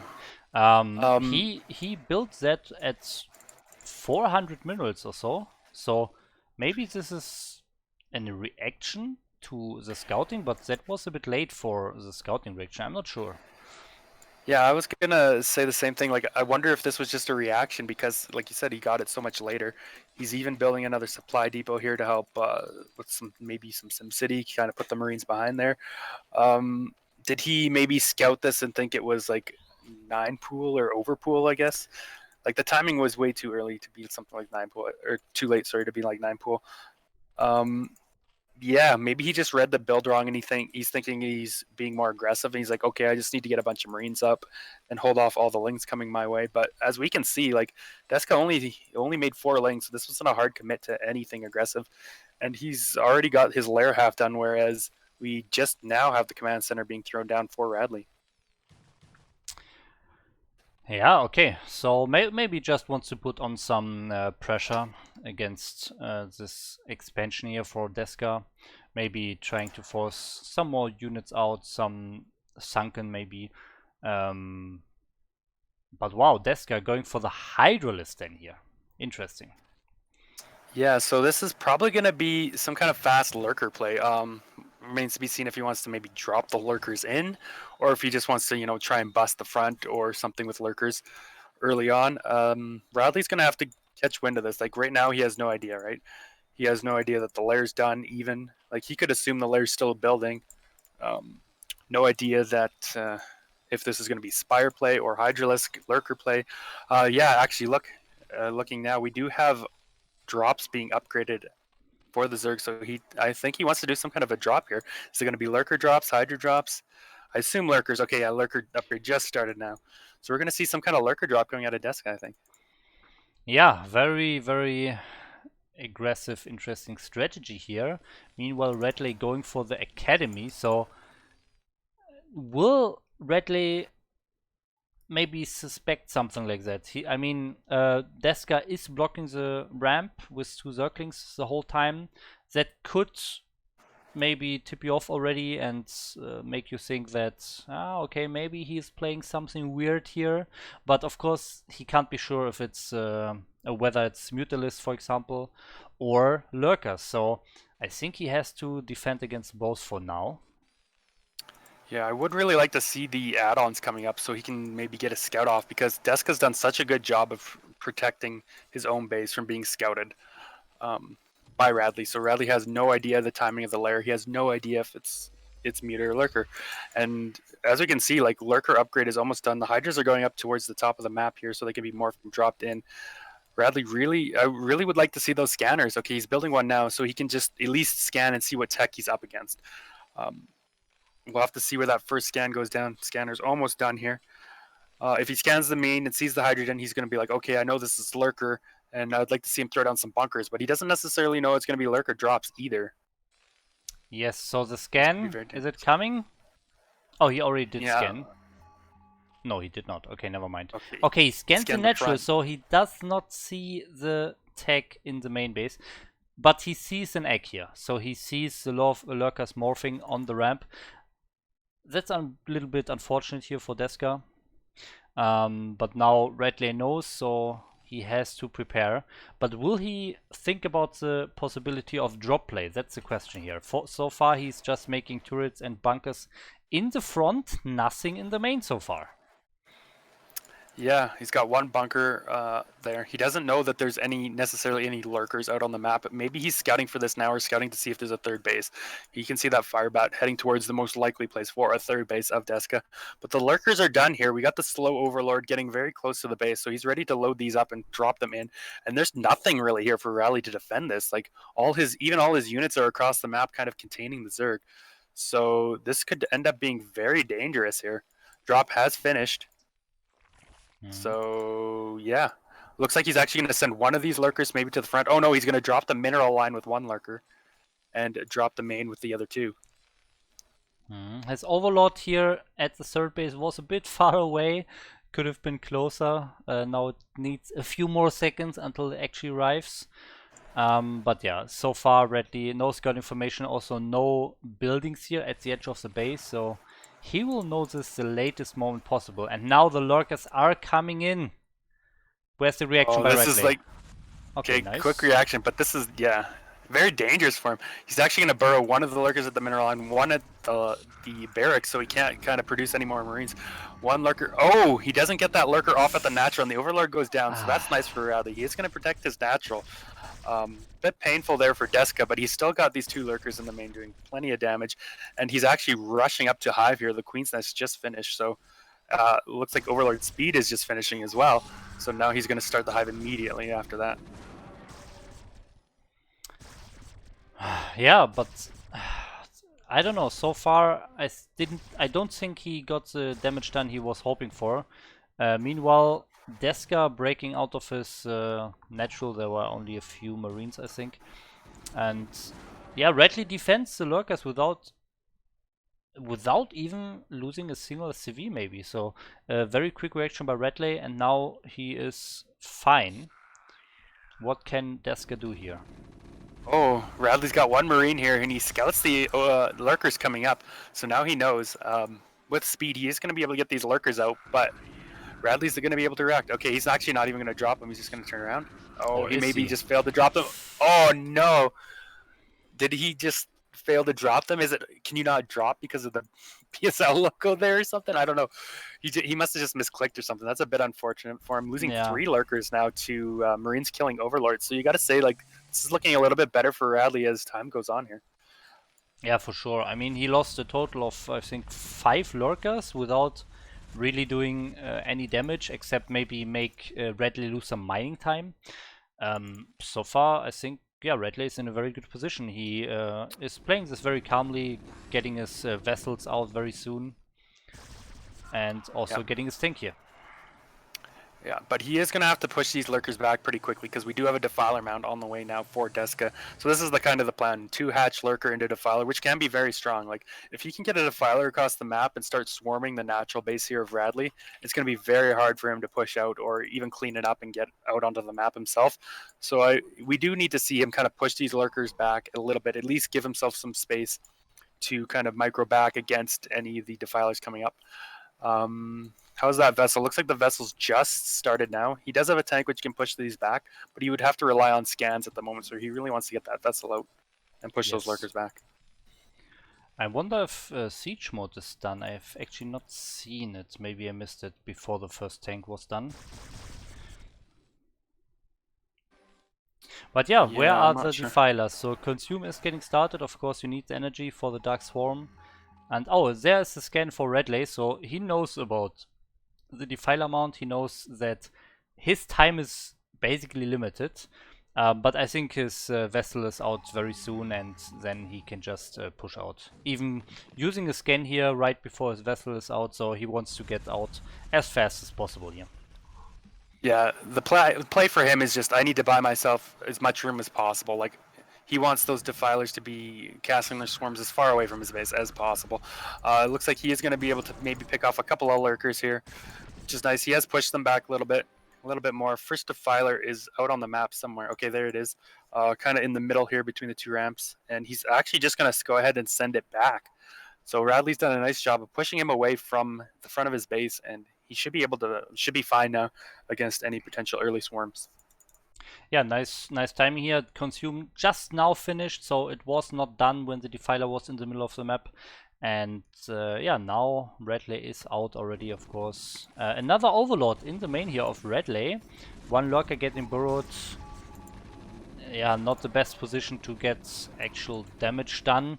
Loses another Overlord, another Lurker without doing a single kill. So yeah, so far I think Redley is doing super nicely against all these tactics from Deska, really taking no damage at all. So very nice reactions, very nice scouting. So far doing a very good job. Yeah, I don't know if he's played Deska a bunch and knew ahead of time, like, okay, this guy might be trying something like this, or if he's just been right on top of it. Like, he didn't really scout it early, but he still reacted really well, and he's done such a good job of shutting all these drops and aggressive plays from Deska. Even now, he sees all these lurkers running up here. He's gonna see the lings, so he's got to be thinking, okay, what, he's gonna drop me with a bunch of units now. That seems to be the plan from Deska. So Yeah. he should be able to react in time and shut this down. I would think. Okay, where are the units in the main? There's a tank, there are some Marines coming. Tank is probably sieging here. We have the scans. I don't think this will do any damage here. Yeah. Again, nice defense coming out of Radley. Like, I've been very impressed with his drop defense here. Like, something like this can be a very effective way to play for Zerg, but he's shut it down so well. So you gotta say he's got a bit of an advantage here.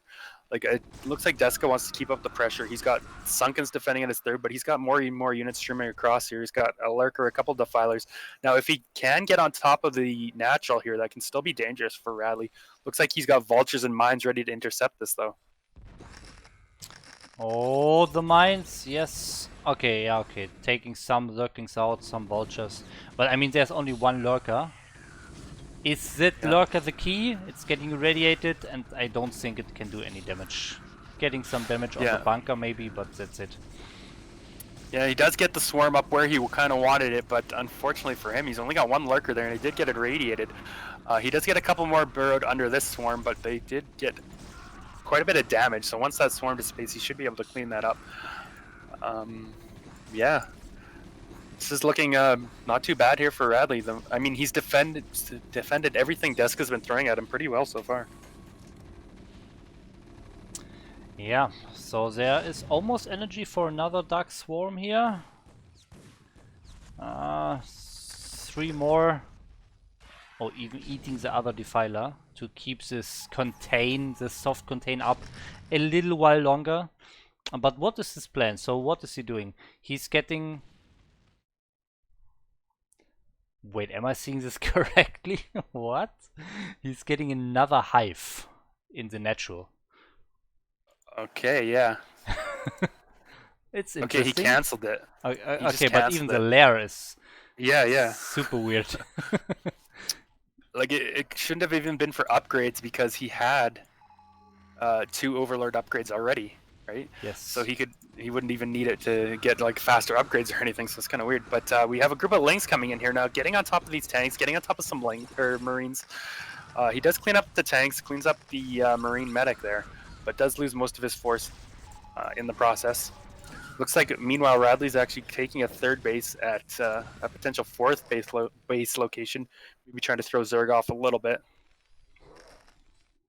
Yeah, and you can see the supply. I mean, Zerg can survive with a lower supply for quite a long time and do a lot, but I think this supply is really getting out of hand here, and Radley is in a good position. Yeah? What did you I was just gonna say that he started the hive again and canceled it, and now he started it again. Look at this. Look at his. He started and canceled it, and then started again at the net. What is going on with this? Maybe some hotkey. Maybe he changed his hotkeys. Yeah. That must be the explanation, right? Yeah, because I've seen him start and cancel that now a couple of times. That's just so weird. It's got to be some kind of a hotkey or something going on. But meanwhile, we do have that third CC done for Radley. We do have an Overlord flying over, so he is going to see that. Bunch of Vultures are going to kill this fourth base attempt here down for Deska, or are they? A bunch of links flying up here. The Vultures should be able to clean this up, though, with a good spread, yeah. And then still take out that. Yeah, it forces the cancel, so that's a nice little pickup there for Radley. He seems to be pulling a little bit further ahead, looking very nice for him. He actually has a 4th command center just about to finish up in his main as well. And if he's able to secure all 4 of those bases while keeping Zerg on 3, he's going to be in a very commanding position. Is that hive going to finish at the natural? I think it might. Do we have more hives? The other hatcheries are still normal. Maybe that's just get everyone to hive. Keep it alive longer, right? Yeah, hive does finish at the natural, okay. I mean, he does have 460 APM, so I guess the APM have to go somewhere, and if that's starting a hive you don't need, that's one way. Yeah, why not? So now we got Radley starting to mine from that 4th base, 3rd base flying over. I guess it's technically his 3rd, but another base flying over, so he's going to be able to be mining from 4 bases here shortly. Transitioning mostly into mech here. He's actually just lifting his barracks off now, flying that away. He looks in a great spot, like he's ahead, almost double supply. It looks like we do have his drop coming in here. Radley is aware of this, so he's just going to fly over, not drop out those lurkers, maybe going to drop them here at the 3rd base instead. Which could be effective. There's nothing really here at the moment. Okay, he does pull the SCVs, so he shouldn't lose too much here. Yes, 2 Irradiates going down, pretty much saving all of his SCVs. I think 1 went down there, but that's totally fine for Radley. Usually TVCs start out with a lot of bio play, and then there's this phase where the Terran transitions from bio to mech, but he's a bit weak in that phase. But in this game, Radley is totally fine. He transitioned to mech completely fine, still ahead. But now the Mutalisks are coming into the 3rd base here, or 4th base maybe. Is there a radiate on one of these? Okay, yes, there is. There is. Oh, no split. No okay, split. No, there it is. Yeah, but no anti-air defense here for Radley. So this is the first time that Radley is actually taking a lot of damage here against the harass of Deska. Yeah, it's been like pretty aggressive play after aggressive play coming out of Deska, but Radley's done a good job of shutting it down. Finally, he does pick up a bunch of kills here. But it looks like the Mutalisks will all but get cleaned up here. And what does he have? Another Overlord flying in? Nothing in this one, though. Maybe just scouting. Will get picked off. So I would still say Radley's in a fine position here. Like, Deska is now once again trying to take a 4th base over bottom right. If Radley catches wind of that, he could probably just go and kill that again. There's not a lot of units on the map for Deska. I'm trying to find where his army is, but I don't see much army for him, despite having 100 supply here. Yeah, there's just some of the natural, I guess, but I mean, he just doesn't have a lot. He is on a big drone count, so 60 drones is quite a lot for a Zerg, I think. But yeah, drones sadly don't stop a 200 supply Terran army, and Radley is approaching that 200 supply army, and then yeah, with scouting this expansion, he will probably just move over here, deny this expansion, and with that probably seal the deal here for this game. Yeah, and not just any 200 supply army. Like, mech is super strong at 200 supply, especially with upgrades, and we can see the upgrades now on the mech R22. It doesn't look like he's started 3-3 just yet. Neither of the armories are spinning. But still, 2-2 mech, quite formidable, very scary, whereas Zerg is just on 2-1 for his Hydralisks and Lurkers here. Lings are at 2-3, so his upgrades are pretty up there as well. But I don't know if he's going to really have enough once Radley decides, okay, it's time to go. Like, this mech army is getting very strong, very scary, very quickly. So one thing that I like about Deska's decision here is getting 2 bases, one on the bottom right and this normal 4th base location in the top left here. A mech army is pretty slow and not very mobile, so a mech army can't just move across the map that easily, that fast, or that quickly. So maybe if Deska loses one of those bases, he at least has the other one on the other side of the map, so that's something. But at some point he still has to stop that army. Yeah, if you can't kill this mech army at least once, then I mean, you're just going to end up losing the game, right? Like, it's just so strong. It's going to be able to run over and kill everything you've got. And it looks like Radley has decided to go for this top left normal kind of fourth base area here, which I don't mind. It's a good position because he can kind of defend his fourth base while also pressuring this fourth base of Deska. And what does Deska have to even stop this army? He can't really get us around because he's pushed up from this his own base area. And he's just going to be able to take out this base, I think. There's a couple defilers here. He's going to be able to get some swarms down, which can maybe help save his units, stall this out a little bit. But will it be enough? He's got a group of units as well in front of kind of Radley's natural here. We'll see where he wants to go with that. If he's going to try and attack the natural, if he looks like he wants to go up to the third base maybe. I don't know if he's going to be able to break in here, though. A couple of tanks and mines up there. Yeah, but it's losing everything in the fourth base location. Okay, now pulling away some drones, and he's also not really breaching that third base location of Radley. So overall, Radley kills a base, kills a bunch of like defilers, drones, everything, and also taking another base in the top left. So Radley just like pushing his advantage to the limit here. Yes, Deska has that bottom right, but it's barely mining, and this army is still alive. So this could be the fight that Deska needs. Tanks are not sieged. Nice plague here. Wow. Where is the Dark Swarm? That is going to kill most of these tanks, or all but kill most of these tanks. So it looks like he actually will clean up this army here for Radley, which is nice. He does lose the base in the process, but he still needs to get something done to Radley. Like, I think he needs to go and try and counter this base at bottom left or something, not let him get it set up. We got a few Hydras coming towards the fourth base there of Radley, but they're just going to get picked off by these tanks.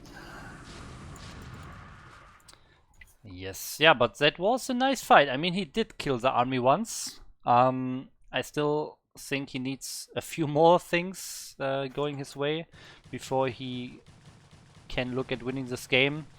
But yeah, that was definitely very nice.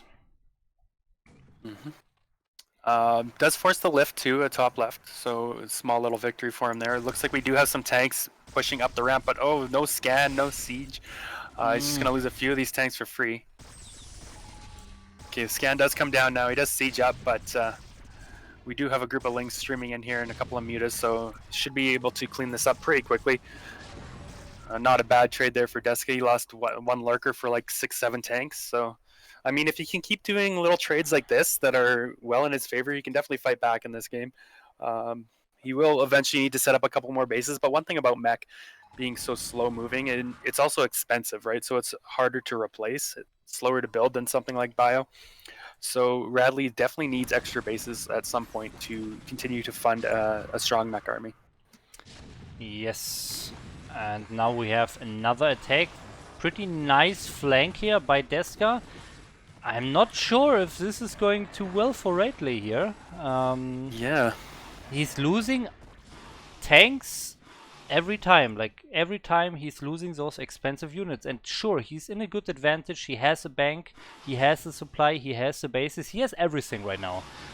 But if he really keeps doing this, this will get very close towards the end. His main base is now outmined. His natural is also outmined. He is on 2 bases right now, maybe 3 if the top left is mining, but that is getting harassed by Mutalisks and now Zerglings and Hydras, so he's pretty much on 2 bases. Yeah, well, Vultures are running in, getting some drone kills. I would have liked to have seen those Vultures actually in with his last attack, but nice little pickup there. It's not the end of the world. There was tons of drones here at only 2 mineral passes. Wasn't mining effectively anyway, but he did shut down that top left base attempt from Radley again. And this time he actually kills the command center, so that's going to just delay Radley a little bit more. Meanwhile, bottom right, we do have Radley pushing for that fourth base of Deska. A couple of Vultures here and some tanks.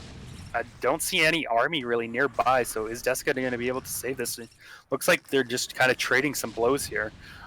If Radley can take this base out, though, that's going to be a lot better for him than losing a base that he had that wasn't really mining yet. Yeah, this is a very important attack for Radley. If he lost his army here without killing this base, I would almost give Deska the advantage here, but with killing this pretty new base of the Zerg, this puts Deska in a very bad position, because for him, the thing I just said about Redley is also true. His main is basically outmined, his natural is outmined. So now Deska is only on a single base. So I think with this kill, he pretty much secured the game here. Yeah, like it was looking good there for Deska for a little bit. It looked like he was maybe going to be able to make the comeback. You know, he kept denying that base. He killed the army a couple of times, but now Radley's gonna looks like he actually take this base for himself. He's sending a bunch of SCVs over here. He's building a couple of turrets, and he managed to get quite a strong army. He actually has 3-3 now, so he did finish those upgrades. Zerg is also on 3-2 for his Hydra Lurker and 3-3 for his Lings.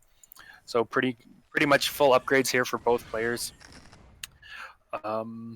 But yeah, what can Deska do now? He's basically back to his original 3 bases, and like you said, 2 of those are all but mined out here. He is going to try and take that 4th, but is it going to be enough? We do have an attack coming in from Deska. Will he be able to break the base of Radley? He desperately needs to do something. Yes, it looks like he is breaking this base, and that's a good first step here towards the comeback.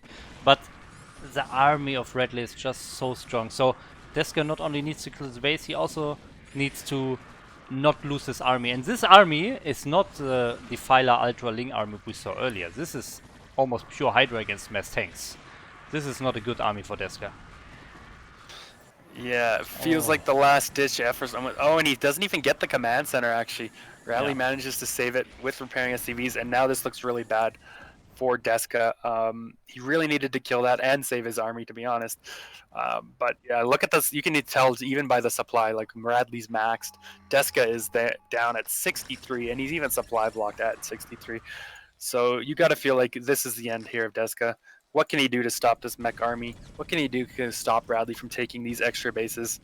And the answer is really nothing. Yes, this is the last attack by Deska here.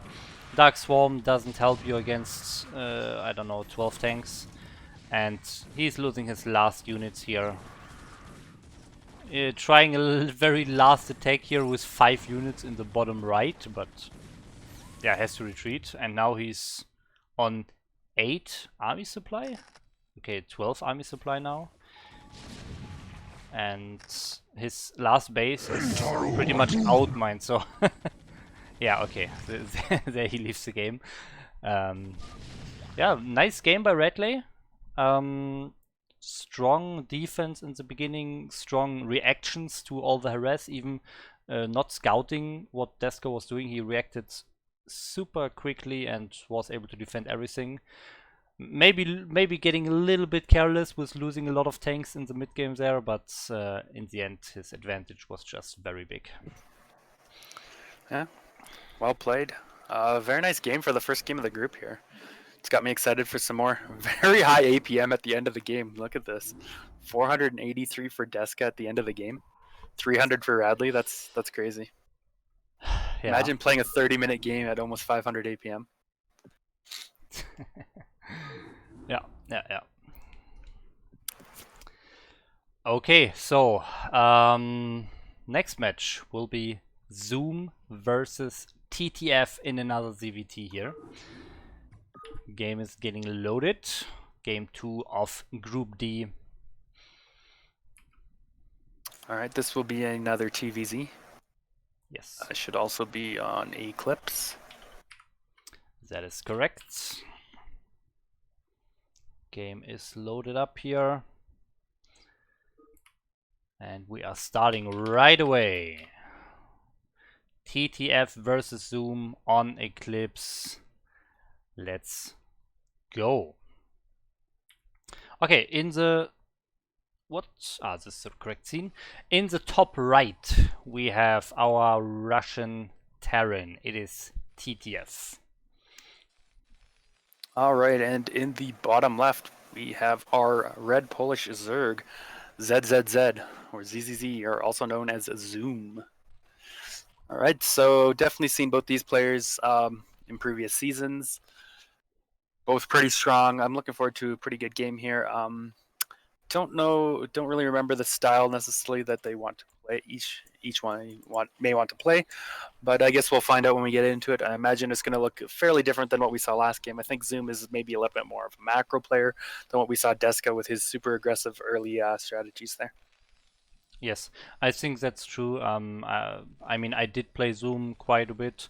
Of course, that was Protoss versus Zerg, so maybe a bit different to this matchup, but overall, he likes to play long macro games, I think, so we definitely could see this here. And TTF was also in one of my BSL Gosuleague groups before, like 3 seasons ago or so. But sadly, I don't remember his playstyle. But I would remember if he was very cheesy or so. So he's definitely not a super cheesy player.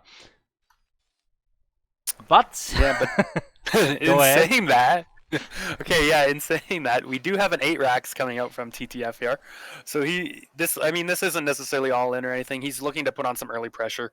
And I believe the goal, like, it's something like the threshold is if you kill 3 drones, you got ahead. If you kill 2, it's about even. If you killed 1 or less, it's better for Zerg. So we'll have to see how the defense here is from Zoom. He hasn't scouted that yet, and TTF actually sent a second SCV just to kind of throw him off and say, the SCV didn't come from a weird angle. It came at a normal timing. It's not like early or anything or from a weird angle. And I noticed early when he sent that SCV out, he sent it in such a way that it would not be scouted by the Overlord. And we even have an SCV actually on the ramp here for TTF wanting to block this drone scout. So he really doesn't want to scout it. But the drone does actually get in. So he is going to see the lack of gas, the lack of a barracks here. And he should know this is coming. But first Marine is already on the way. First 2 Marines are already on the way to the natural here for the... Yeah, you correctly said wanted to block. Or wanting to block. And not blocking. Yeah, it's pretty hard to block on this ramp, but let's check out the action here in the front. Zoom pulling drones. 1 drone is dead, 2nd drone is dying, and 3rd one will also go down. Bunker finishes. So 3 drones already down. You said this is already putting Terran into an advantage, and added to that, the bunker actually finishes. So this is a very great start for TTF. Yeah, it looks like Zoom does want to try and protect his natural here. He throws down a creep colony. Oh, a couple more drones, maybe going to get picked off. No, does pull those away just in time. Now the question becomes, will he be able to save his natural? He's banking up some lings. He has started the sunken, so he will probably be able to defend this in time, hopefully. If not, this could be a very quick victory for TTF. I think the sunken should be able to kill the bunker. I mean, the 2 SUVs are here for repair, but the Zerglings should kill those, and then the sunken should finish off this bunker here before the edge goes down. But overall, he needed to spend a lot of minerals. Oh, he's actually, never mind, hold the thought. He's actually committing to the sunken, but can't quite get it. Yeah, maybe it would be better to retrieve those Marines and get them as defense here. But overall, still very effective attack for TTF. Not only did he kill 3 drones, he also delayed the mining, forced a sunken, so effectively killing another drone, and also forced Zoom to make maybe a few more Zerglings than he wanted to. So great attack for TTF. Yeah, back at home, he's actually massing up a couple more barracks here. So maybe he smells blood. He's like, I'm just going to make a bunch of Marines and go, right? He does have gas mining. It looks like he has not started an academy yet, so he won't be able to get any medics out anytime soon to go with his attack. So I think it looks like he just wants to maybe mass up a couple Marines and go again. Try and overrun the Zerg.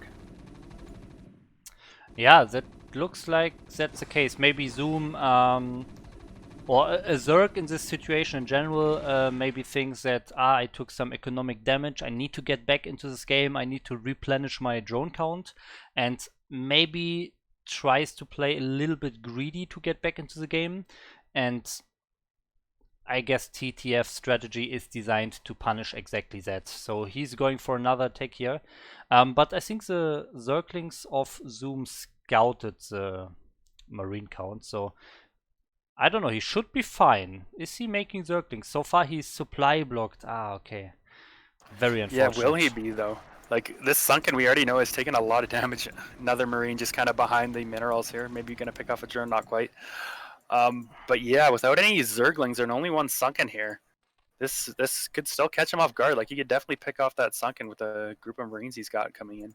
Yeah, the supply block, that's could have been it, but it looks like, okay, the Zerglings will still just be done in time before the Marines can really kill that Sunken here. Very close here. Marines come in as the Zerglings spawn. With that, I think he should be fine if he uses the Zergling together with the Sunken. But, oh yeah, right on the right side there is a spot where he can just get behind the minerals without getting into range of the Sunken. Oh, and Zoom moving out here with the Zerglings, thinking he can take that fight, but just losing his Marines, maybe killing one or two, or losing his Zerglings, killing one or two Marines here. Another good trade for TTF, I think. Yeah. Like you said, he's been killing a lot of Lings, killing some drones here, continue to force it, but he's still okay. He does have the academy done now, so he's actually going to be able to start making some medics if he wants. Still producing just Marines. I would actually like to see him produce a couple of medics. That would make this so much stronger. Oh, he does have 2 medics. Sorry, yeah, already he does have 2 medics with this. I didn't see that. Yeah, so this is actually going to be a very scary attack here for Zoom. Will he be able to hold this? It looks like he knows it too. He's throwing down a couple more Sunkens, even an Evo chamber out front to try and mess up the AI or take some extra damage or something, because he knows this is a dangerous spot for him. He's got a few links he can try and flank with, but will he be able to defend? He really needs to defend this. Yeah, TTF going for a little stim before he really attacked the natural, so now he needs to stim again if he wants to go, but overall I think he will probably not commit against 3 Sunkens. But I'm not sure. I think he could. If he really focuses down the Sunkens one by one, it could work here. Will he go for it?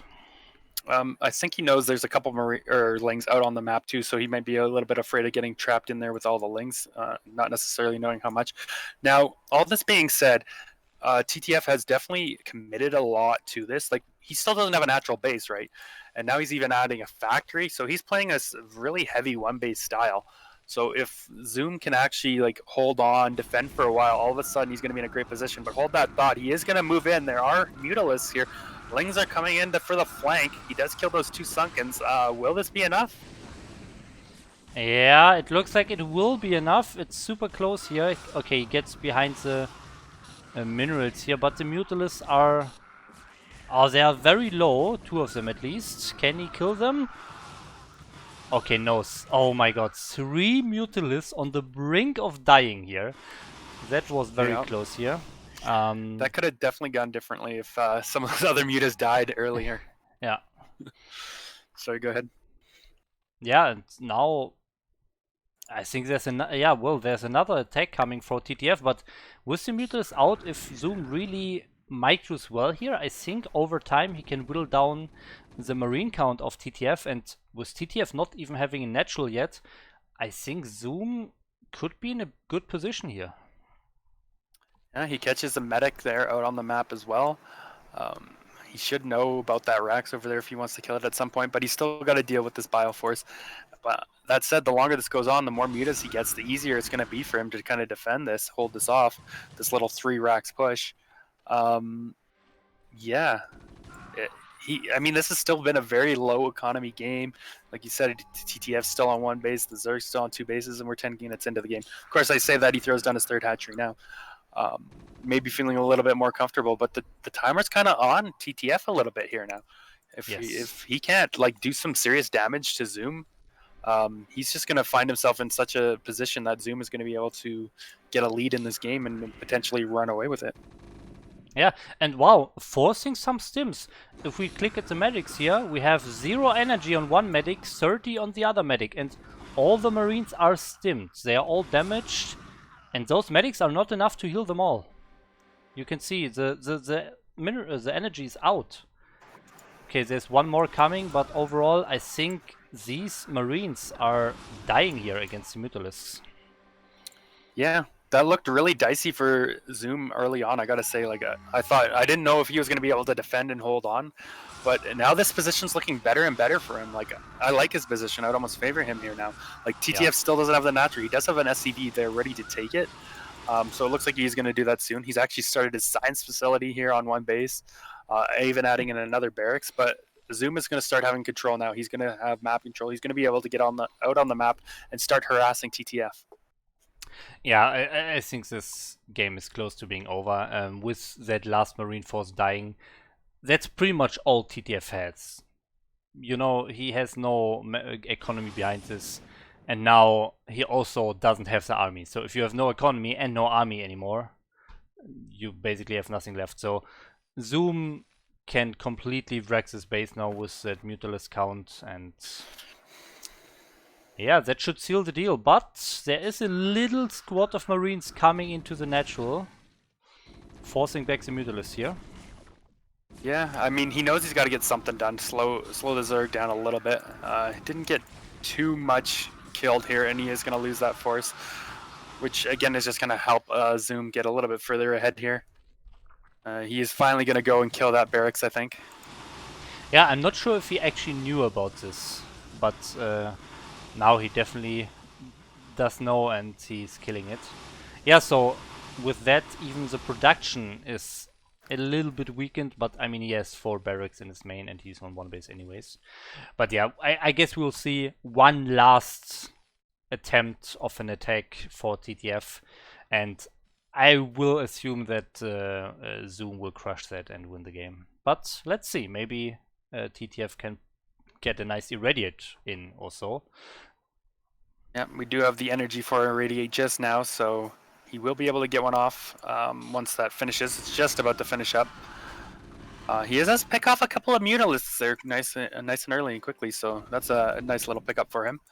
Okay, Irradiate is done, so he will be able to Irradiate Mutaclump here. We'll see. Here it goes. On the top How's Mutalist. the split? No split. Oh, no reaction. Okay, there is the reaction. Pretty late split. Yeah. Those Mutalists are damaged. So this is the last chance here for TTF.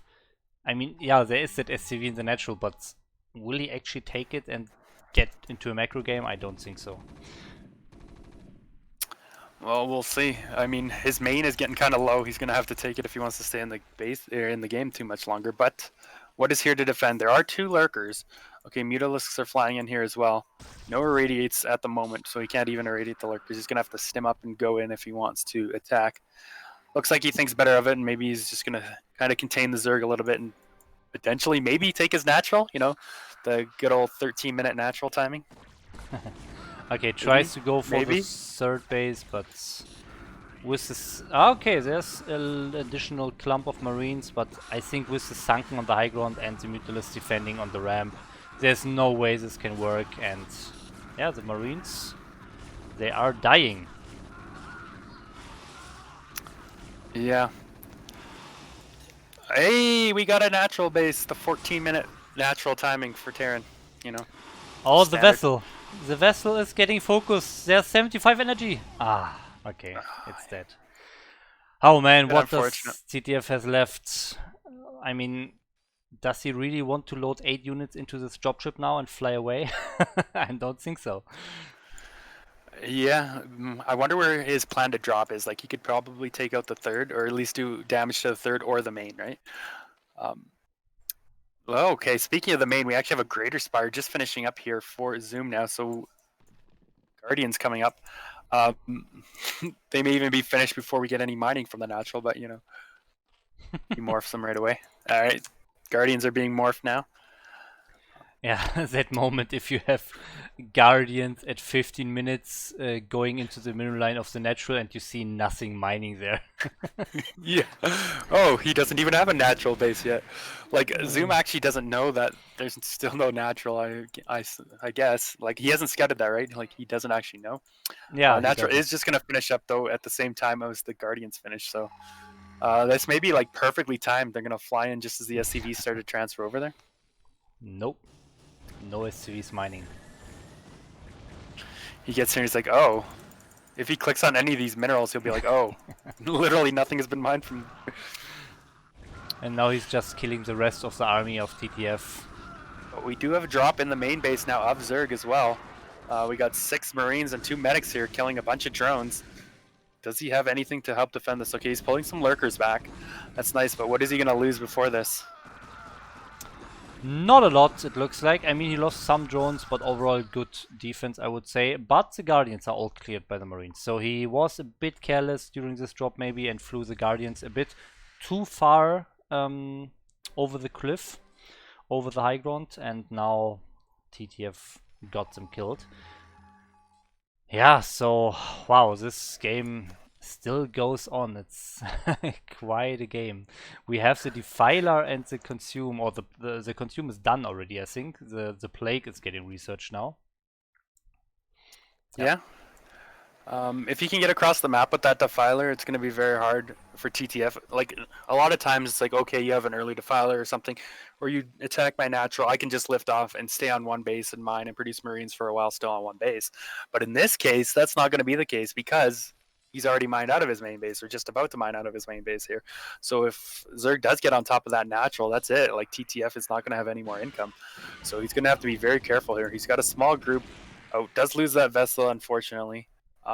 Small group of units out here, but will they be able to push Zerg? Like, he's already got the Defiler, he's got Consume, he's going to be able to throw down that Dark Swarm. So I don't know if he's going to be able to get anything done with this push out. Yeah, I don't think so. There are other lockers coming. Dark Swarm. Oh, not coming? Okay, there it is. Yeah, losing some units, but yeah. Yeah, I was wondering if that lurker was out. It looks like that other lurker, I don't know if that's protected by the Dark Swarm or not. Either way, it doesn't matter because it got irradiated and died. So a nice couple of lurker pickoffs. It's definitely going to slow Zerg's advance down here a little bit, buy himself some more time to maybe find somewhere else to get some damage done. Sending a couple SCVs to scout, or maybe he was hoping to start a base himself, and does see the hatchery being thrown down in top left for Zoom. Zoom is actually just going to go ahead and cancel that, having it being scouted. Yes. Dropship flying across. Looks like it's headed towards the third base here. And what is their defense? Oh, there's a couple of Scourge. He's going to get it. Is he going to get it? Oh, they were on top of the dropship. Okay, he still gets it. Well, yeah, Scourges are faster than dropships, of course. So when the Zerg knows about it and the dropship is not in a position to drop out the Marines, they can definitely catch it. But, I mean, even if they didn't catch it, there are 2 Sunkens here. 1 Sunken reaching the complete area of the third base here, so yeah, I don't think this could have done a lot of damage anyways. And now I think we see Zoom slowly thinking about going for an attack, maybe? Oh, a couple of Scourge flying, just missing those vessels. Would have been a nice pickoff for him. But yeah, we have 1 tank and a group of bio here. There is a couple of lurkers. The tank and Irradiate should be able to work that down. Meanwhile, we do have a group of lurkerling here in the middle of the map. Swarm goes down. He's going to be able to pick off at least those tanks and a couple of Marines here. Very nice play for him. Getting ever closer to the Terran Natural. Meanwhile, that tank did kill those lurkers, so potentially a chance to come up. But we do have an army flanking from the side here. And will he be able to kill the rest of this army from TTF? He will, with some additional Dark Swarms, kills all the tanks, and these Marines alone can probably not go up the ramp against those 2 Sunkens and the lurkers flanking. So, this fight in the middle, Zoom is getting closer to the natural of TTF. Of course, when the Zerg reaches the natural with Dark Swarm, the Terran is in a very bad position, but I don't... I see... Yeah, okay, 1 Defiler getting irradiated and only 1 Zerg left to consume, so this is stopped in this place, so the Dark Swarm will disappear soon, and then there are only 3 lurkers by themselves, so he cannot reach the natural. Zoom, meanwhile, taking a 4th base. There was 1 Marine working on that hatchery, so he does scout it, does know it here. But Zoom does send over a few lurkers here. He's going to get those buried on top of the ramp, so it's going to be almost impossible to break up there. Meanwhile, he is breaking up at the 3rd base. He killed that first Sunken. Is he going to take down the second? Okay, we got an eraser trick coming in, actually. Radiate going down on his own science vessel, flying into the main, hoping to kill some drones. But very nice reaction from Zoom. He pulls those right away. a couple of Ultralisks out now, and 3 Marines are not going to be able to deal with 3 Ultralisks whatsoever, even if they have a great medic wall. And all the Marines go down, the attack gets cleaned up, doesn't really do any damage to Zoom. And now it looks very tough for TTF that there are lurkers out on the map. Another vessel going down. No army, so to speak of, outside of the natural of TTF. And I think his time is numbered here. Once he gets across with a couple lurkers, ultras, defilers, what can he do? Yeah, not really a lot. I mean, TTF still has an okay amount of army. I mean, he's down 20 supply, but this army itself is not small, let's put it that way, because his SCV count is pretty small instead, because he didn't need so many SCVs, because he was pretty much always on one base, first his main base and then his natural. So his army is quite big, but against those lurkers and those ultralists, I don't think it's enough. Yeah, we got a couple of links scouting for a third. There is an SCV there, looks like he wanted to take a command center, but does not get that started, and I don't think we're going to see a chance for him to get a third base early this game. Zoom is kind of where he wants to be. I mean, he's on 4 base. Granted, the 1 base hasn't started mining yet, but he will be able to saturate that anytime he wants now. He's got lurkers out. He's got defilers. He's got lings. It's just a matter of when he wants to pull the trigger. Like, TTF is still trying to put the pressure back. I mean, he's had good pressure all game. He's kind of been playing this way the whole game, right? Just staying low economy, continuing pressuring the Zerg nonstop. But it's gotten to the point where Zoom has just pulled ahead or gotten his economy far enough ahead that it's not going to make too much of a difference, and he should be able to run over Terran here. Yes, and that's the case as we see here. The remaining units of TTF are dying here, and now he really has nothing left. There are 6 Marines, 7 Marines in the natural, no medic, 1 tank, and that's GG. All right. Well played. A couple of very different and very interesting TVZs on this map, I gotta say. Like, I really enjoyed both of those games from all of our players, and they were completely different styles. Well played. Yeah, and that means our first 2 matches are done with both Terrans taking the wins here. No, never mind. Redley in the first game as a Terran taking the win, and Zoom as a Zerg, of course, just taking this last game. And that means we'll have 2 more TVZs in the winners and the losers match. First up is the winners match, and that should be Redley versus Zoom.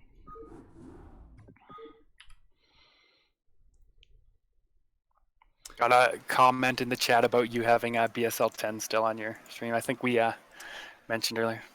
Yes. Had that. For anyone who tuned in later, yes, I know that in my in-game screen it shows BSL 10, but sadly I do not have a BSL 11 overlay. I will contact the BSL graphics team for a BSL 11 overlay, but until then, this has to stay. So sorry about that. Okay, the game is starting. Actually, you know what? I can try something. Give me 1 second here.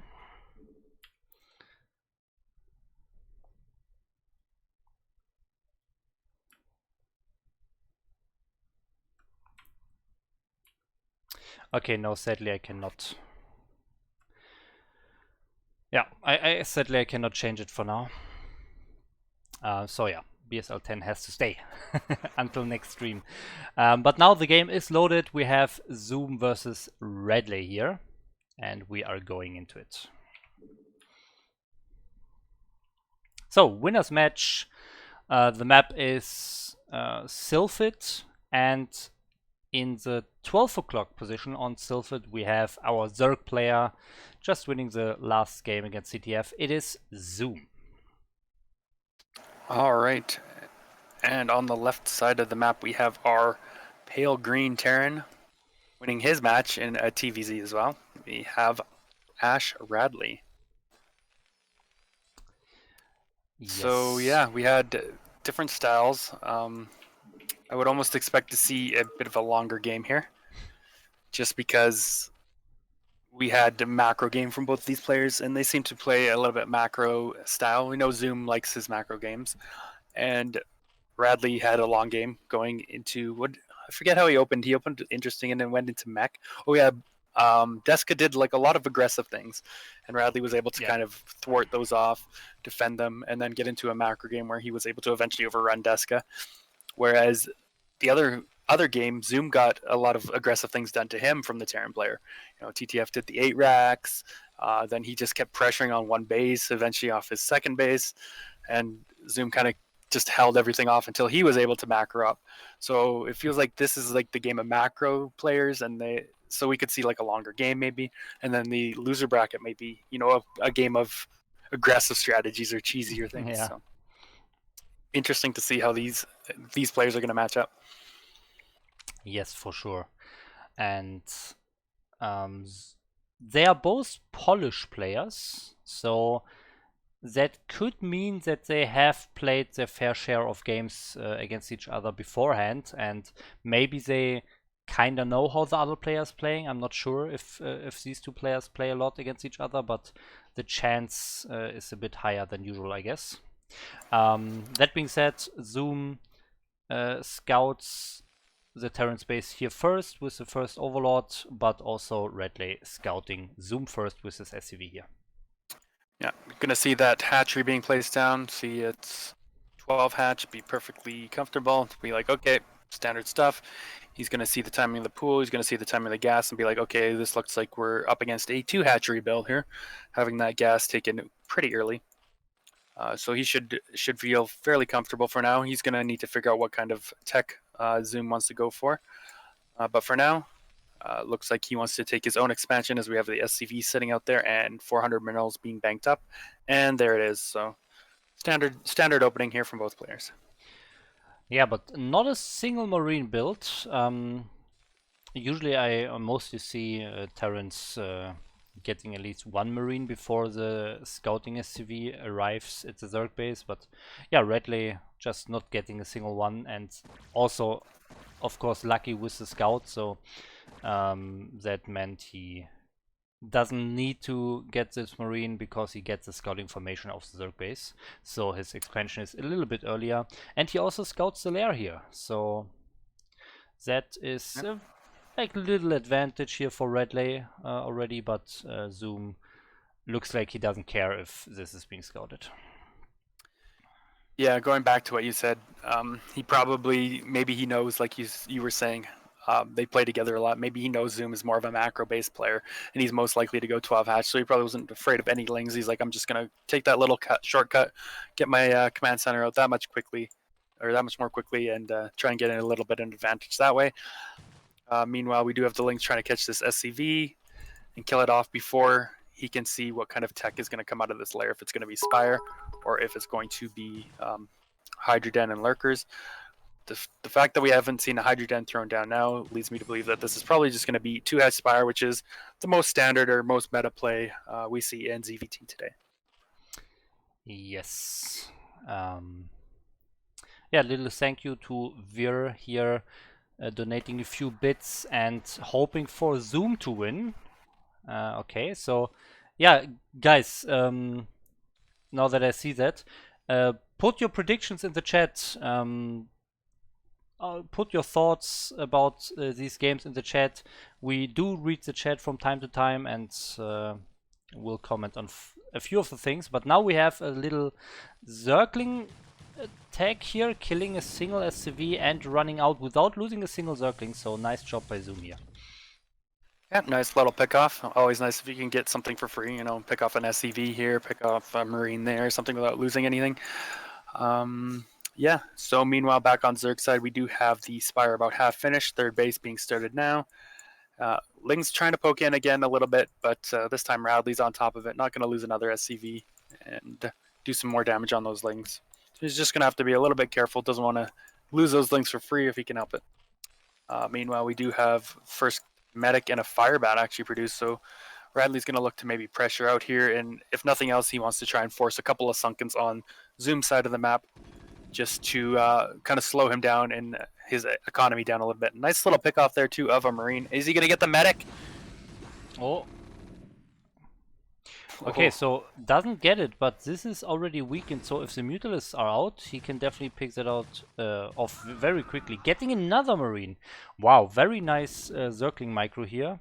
Really getting the most out of those. And now this, oh, the medic. Wow. Yeah, so very nice control, nice little pickoffs there. Any little advantage you can get is going to be useful, so definitely helps them. We do have the turrets now being started for Radley, knowing that this is 2H Muta and the Mutas will be on the way here. Turrets should be done in plenty of time here to help defend against the first Mutalisk attack. Yes. But yeah, so far, like, very nice pickoffs by Zoom here. And let's see, can he find some more damage somewhere else? In the main, in the middle line, and in the barracks location, there are only one turret, or there's only one turret each. So 3 in the natural, not the best place to attack. Oh, but he's just flying home? Okay, never mind. Now he's turning around, probably checking the main base now. Yeah, Radley threw down a scan, picked off that Overlord, so nice little pick off for him. It's going to supply block Zoom here for a little bit. But what can he get done with these mutas? We got 8 mutas banked up now. Marines are coming out to stim, not watching those. Okay. Doesn't quite get a muta. Meanwhile, we do have that third base done now for Zoom, and he's starting to mine gas there. So definitely wants to play something gas heavy. I mean, he instantly went for that third gas, and he's instantly started mining it. We'll have to see where he wants to go with this. Is he going to go for some Guardians perhaps again? Or does he want to tech up to Defilers quicker? Ultralisks? Well, it's still yet to be seen. I think so far he's looking for more Mutalisks. So he is upgrading the Mutalisks, he's upgrading the damage. So I think he definitely wants to do some more harassment and some more damage with the Mutalisks. And also an interesting thing, he stayed over this cliff between the main base and the natural here with the Mutalisks for quite a long time, not even checking the main base. He just was satisfied staying here, and maybe that's so that he can pick off some Marines. Maybe he wants to reduce the Marine count so that he can actually overwhelm the Terran with Mutalisks later on. Alright, well, Mutalisks fly back in now. He does pick off one Marine there for free. Always a nice little pickup. Zerg did start his Queen's Nest there. That's about to finish up, so I imagine we'll see a hive started here very shortly as well. Meanwhile, Zoom just continuing to fly around with these Mutalisks. Doesn't want Radley to get too comfortable or anything. He's done a good job with these Mutalisks, just making sure Radley's been stuck back in his base. Picks off a couple of SCVs, flies away. Picks off maybe a unit here or there. He really doesn't want Radley to get out onto the map, right? He wants to maintain his map control until he can get to a stage of the game that he wants to get to. We do have lurkers being upgraded and the hive started now, so I imagine this will probably most likely be 4 defilers. But we'll see. Yeah, and Radley going for double upgrade mech on one factory. So Radley really planning his mech switch quite a while before he's actually ready to do that.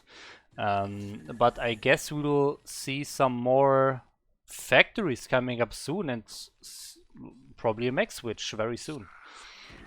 Yeah, we definitely saw Radley do this before on Eclipse, right, where he just kind of went for that mech switch.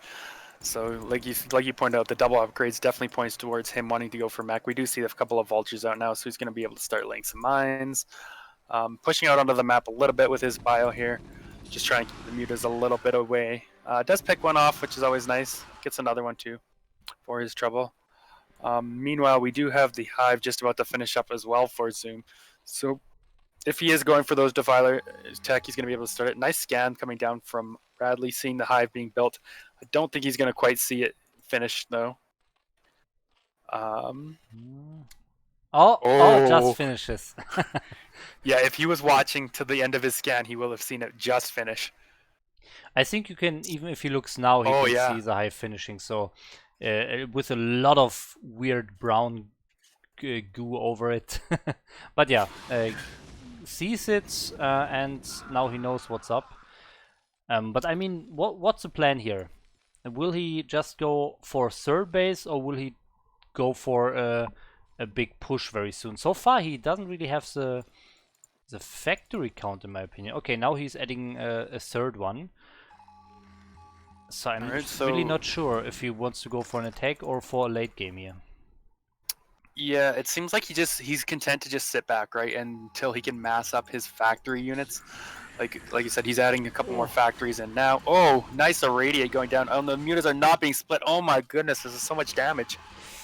What? Yep. Oh man, that's not what you want to see as Zerg. That's definitely painful.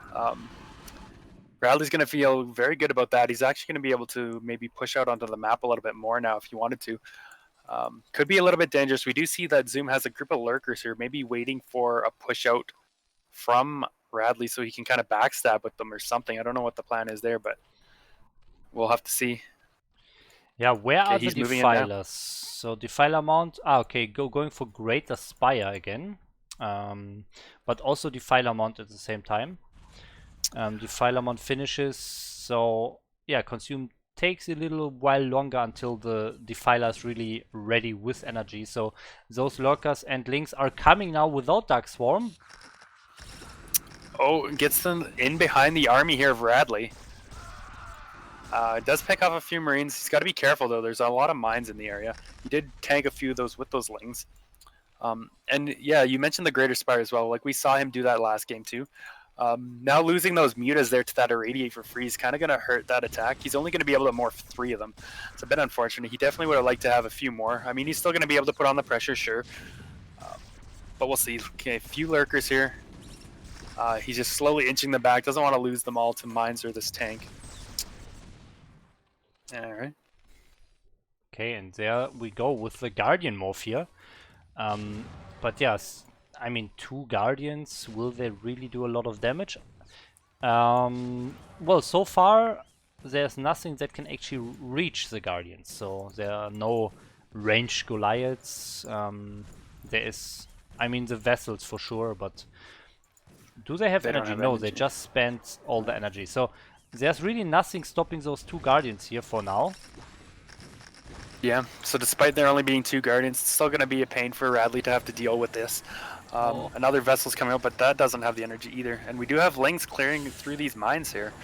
And the mines are really the only thing stopping Zoom from getting on top of the natural base here with his lurker ling and defiler. So he's going to send those lings in now to try and eat up all these mines. No, the mines! That's not... Oh, there's still mines. Okay, he does get them barrowed, but no. He loses all his lurkers and defilers there, unfortunately for him. If he could have got a swarm up, that would have been very, very deadly for Radley. But he does kill those off, so he's in a decent spot. A couple more lurkers here. Will he go and kill those? Maybe not. Wow, much action here. The Guardians did die, but there's a third one coming. So sadly, Zoom during this action let 1 Guardian fly into a turret, so that's a bit unfortunate. So now, with the last Guardian irradiated, the times of them are numbered, and Radley is able to mine from his natural again. But he lost some Marines against those 2 lurkers in his third base location, so really trading blows here. Yeah, in saying that, he actually remade a couple of Mutalisks, and they're flying over, so it looks like he does want to maybe continue with that Guardian pressure. Just 3 more, but even just, you know, continually throwing a couple of Guardians there is definitely going to be annoying for Radley, just having to keep dealing with them, forcing him to spend irradiates on them, if nothing else. We do have him trying to take a third base here, but a bunch of lings are coming in. They're going to be able to pick off at least one of these tanks. Maybe not. Okay, he does get the tank. He lands that command center, but that's definitely not going to be able to stay landed. So he's going to have to lift that off if he doesn't want to lose that. Please lift it off. Please lift it off. Okay, he does.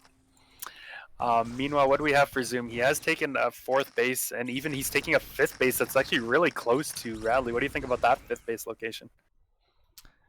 I mean, I think Zoom is just pretty far ahead from the economy-wise, and he just has the minerals, so why not? I think Radley, I mean, he doesn't even have his third base, so it will take a time until he actually tries to attempt to yeah, take the 4th base here, so maybe this will go unscouted for a little while. Well, we got a first Ultralisks coming out onto the map now. Never what you really want to see it as Terran.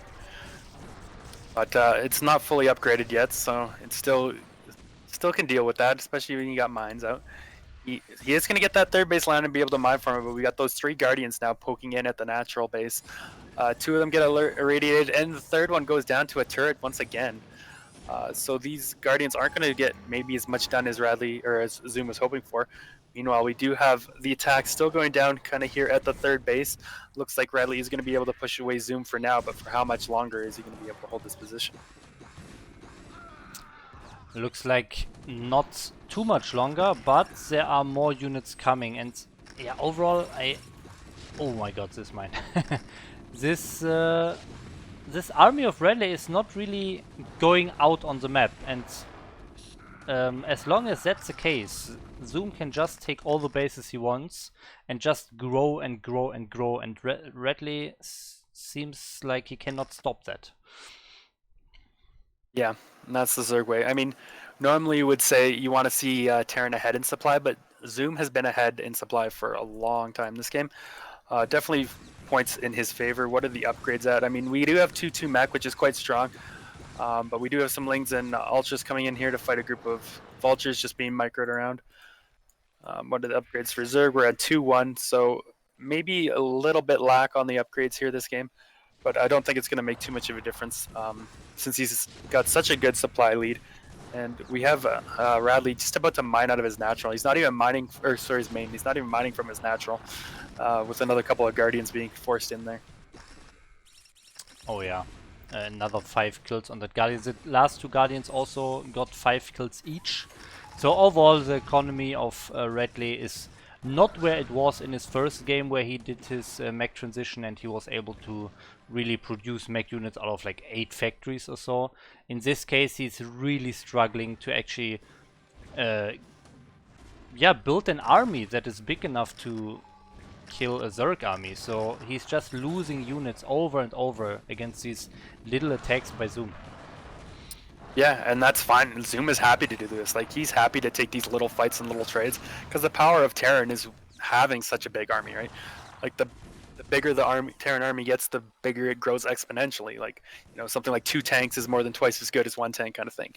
And just the fact that he's trading out units constantly while it's still expanding, it's just getting Zoom further and further ahead until a point that he can just mass up as many units as he wants and run over Radley here. And I think that's probably what we're going to end up seeing. We actually have more Guardians being morphed as well at that kind of interesting close to Radley base. That's just going to start laying siege to this base. And we got more Ultralisks, more Lings on the way. A couple of Vultures running around, going to be able to pick off that drone, but that's just a small prize at this point. Like, what can Radley do, really? Yeah, not a lot, I guess. And also, Zoom did even get the Sunken here. Not in the perfect position, I have to say. So this Vulture is getting some kills done, but overall, I mean, he has the bases, he has the drones. The worker count's actually better for Zoom than Radley here. And well, Radley not only has to eraser going down. Check the main. Zerg main eraser going down. So okay. 16 kills on that. Okay, very nice. Yeah, I just want to say he not only has to defend the continuous attacks by Zoom, he also has to do some counter damage to the economy. But yeah, there's no anti-air anymore here, and now I think he's just getting overwhelmed. Yeah, being forced to lift off his 3rd base there. His main is all but mined out. He's only got a couple SCVs in there anyway, and he's just losing all of his tanks once again. And I don't even know if he's going to have enough to stop this current army. Meanwhile, we do see Zoom is massing up a bunch more units, sending them across the map now. You can just see a stream of Zerglings and Ultras. Even the question mark, the BM question mark, like, why are you still in this game, buddy, kind of thing. And GG is called from Radley, and he leaves the game. Zoom does take it down and win his group, advancing to the round of 16. Yeah, congratulations. That question mark leads me to think that maybe they are not that close and not playing a lot of games against each other. Yeah. Maybe just some friendly banter, who knows. But yeah, congratulations to Zoom. Two very strong games. First game defended all the aggression by Redley. This game way more standard, doing some aggression with the Mutalist. And yeah, just having or developing a stronger economy over the course of this game and keeping Redley in his base. Maybe also because Redley likes his mech switch super early, but that also meant that he can't really go on the map and do something against the economy of Zoom. Yeah. All right. Well, we do have another TVZ coming up, and this will be interesting to see because like this game we saw two players that looked like they preferred to play macro style. Both of these players in the game coming up, we saw them both do some very aggressive stuff, right? We saw Deska go for the 12 pool into the fast lurker drops, and we saw TTF go for the 8 racks into like one base bio for most of the game. And so how are these two going to match up now, right? We had the two macro players play, now we got the two aggressive players playing. So I'm really interested to see the difference here in the games. Yeah, I think we'll just see a complete slugfest of a game with both players trading blows and a very scrappy game. That's my prediction here, but let's see. Yeah, me as well. I'm looking forward to this for sure. Okay, and the game is ready, and we are jumping into it. TTF versus Deska, let's go. Okay, so the map is Polypoid again. That's the map of the loser match here. And in the top right corner, we have our red Terran TTF. All right, and in the top left, we have our Mexican Zerg, the white Zerg, BSL Deska. So yeah, definitely interested to see what they do here. It should be mentioned that both players have over 600 APM. No, but that the loser of this match will be eliminated from BSL Gosuleague, while the winner will go on to face against Radley for that final spot in out of this group into the round of 16. So it's best of one. There's a lot on the line. Do these players want to take some kind of risks? Are they going to just play it straight up? I feel like straight up for either of these players might be a little bit more aggressive, so we'll see. Both having up over 700 APM now, really showing their spam. Yeah, that's true. But so far, no aggressive openings at least. So we don't have an SCV going on the map to build a barracks in the middle. We don't have an early pool here by Deska. I mean, it's an overpool, which is, I guess, earlier than average, but it's by no means like super aggressive opening or so. Actually, I think it might have even been 11 pool, which is that's what he did actually on Eclipse, I believe, right? It was actually 11 pool, not 12 pool. Yeah, that's correct. Yes, he did go for an 11 pool. Yeah. Yeah, so maybe we'll see something similar coming out of Deska with going for those fast lurker drops or something.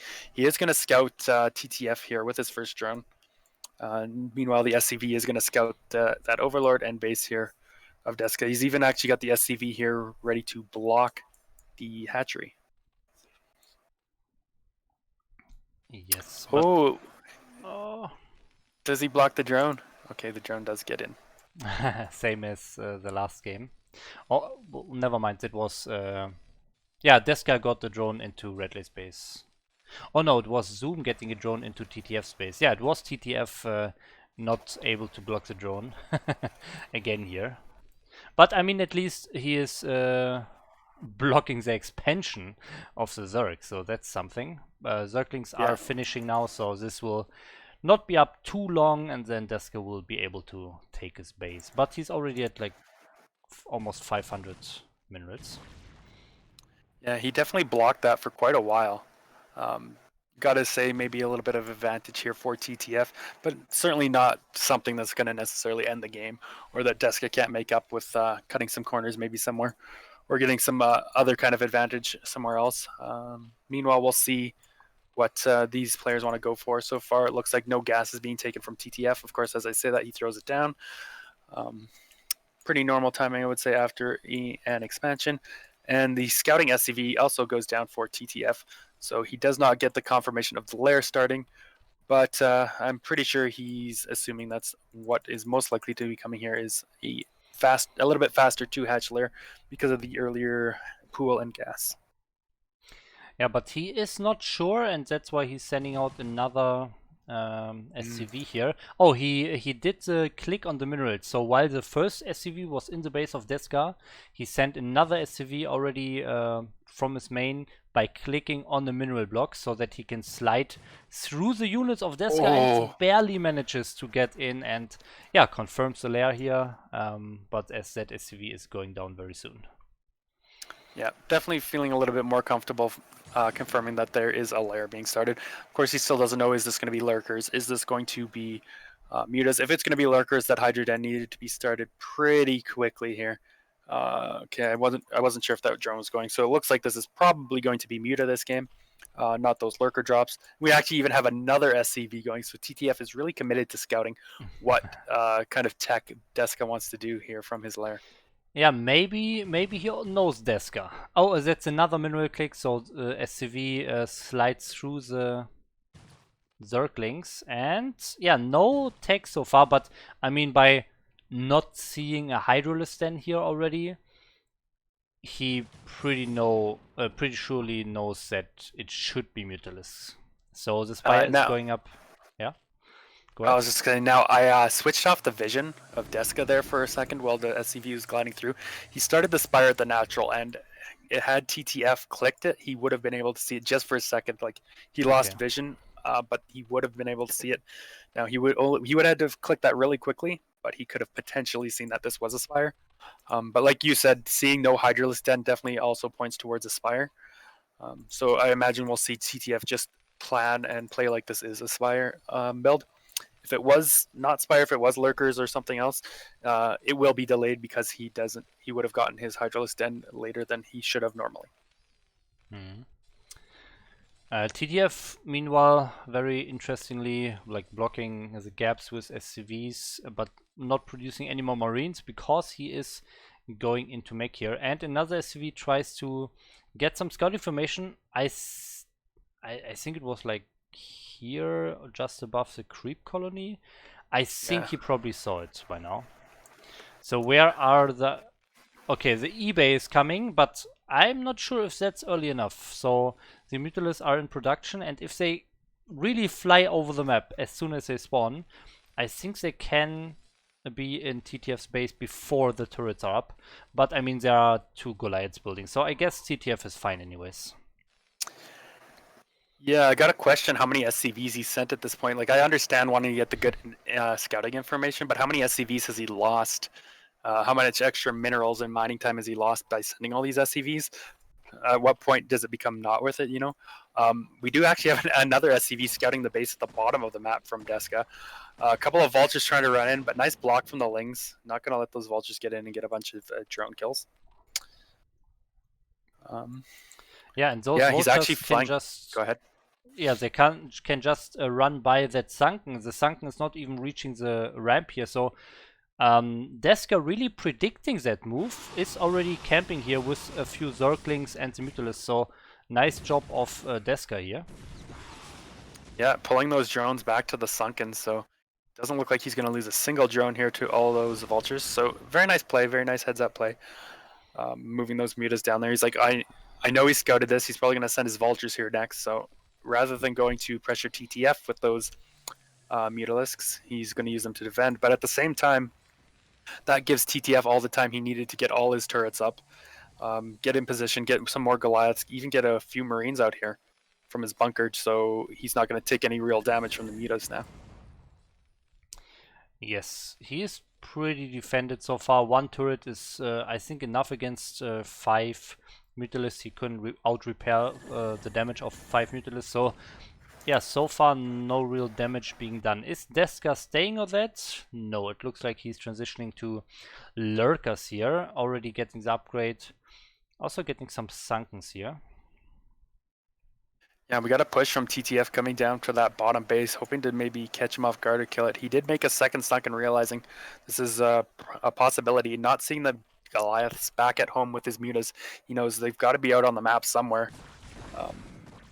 Does find them here now. Is this going to be enough to defend? It looks like probably. TTF doesn't think he's got enough to push up there, so he's just going to back out. Even having forced a couple more sunkens here is good for him. I mean, it's going to slow Zerg down a little bit, and anything you can get to kind of slow Zerg down is always good for Terran or Protoss in that manner. So. Yes, and Deska taking his third gas in the bottom right now. Is there a transition planned, or will he just go for...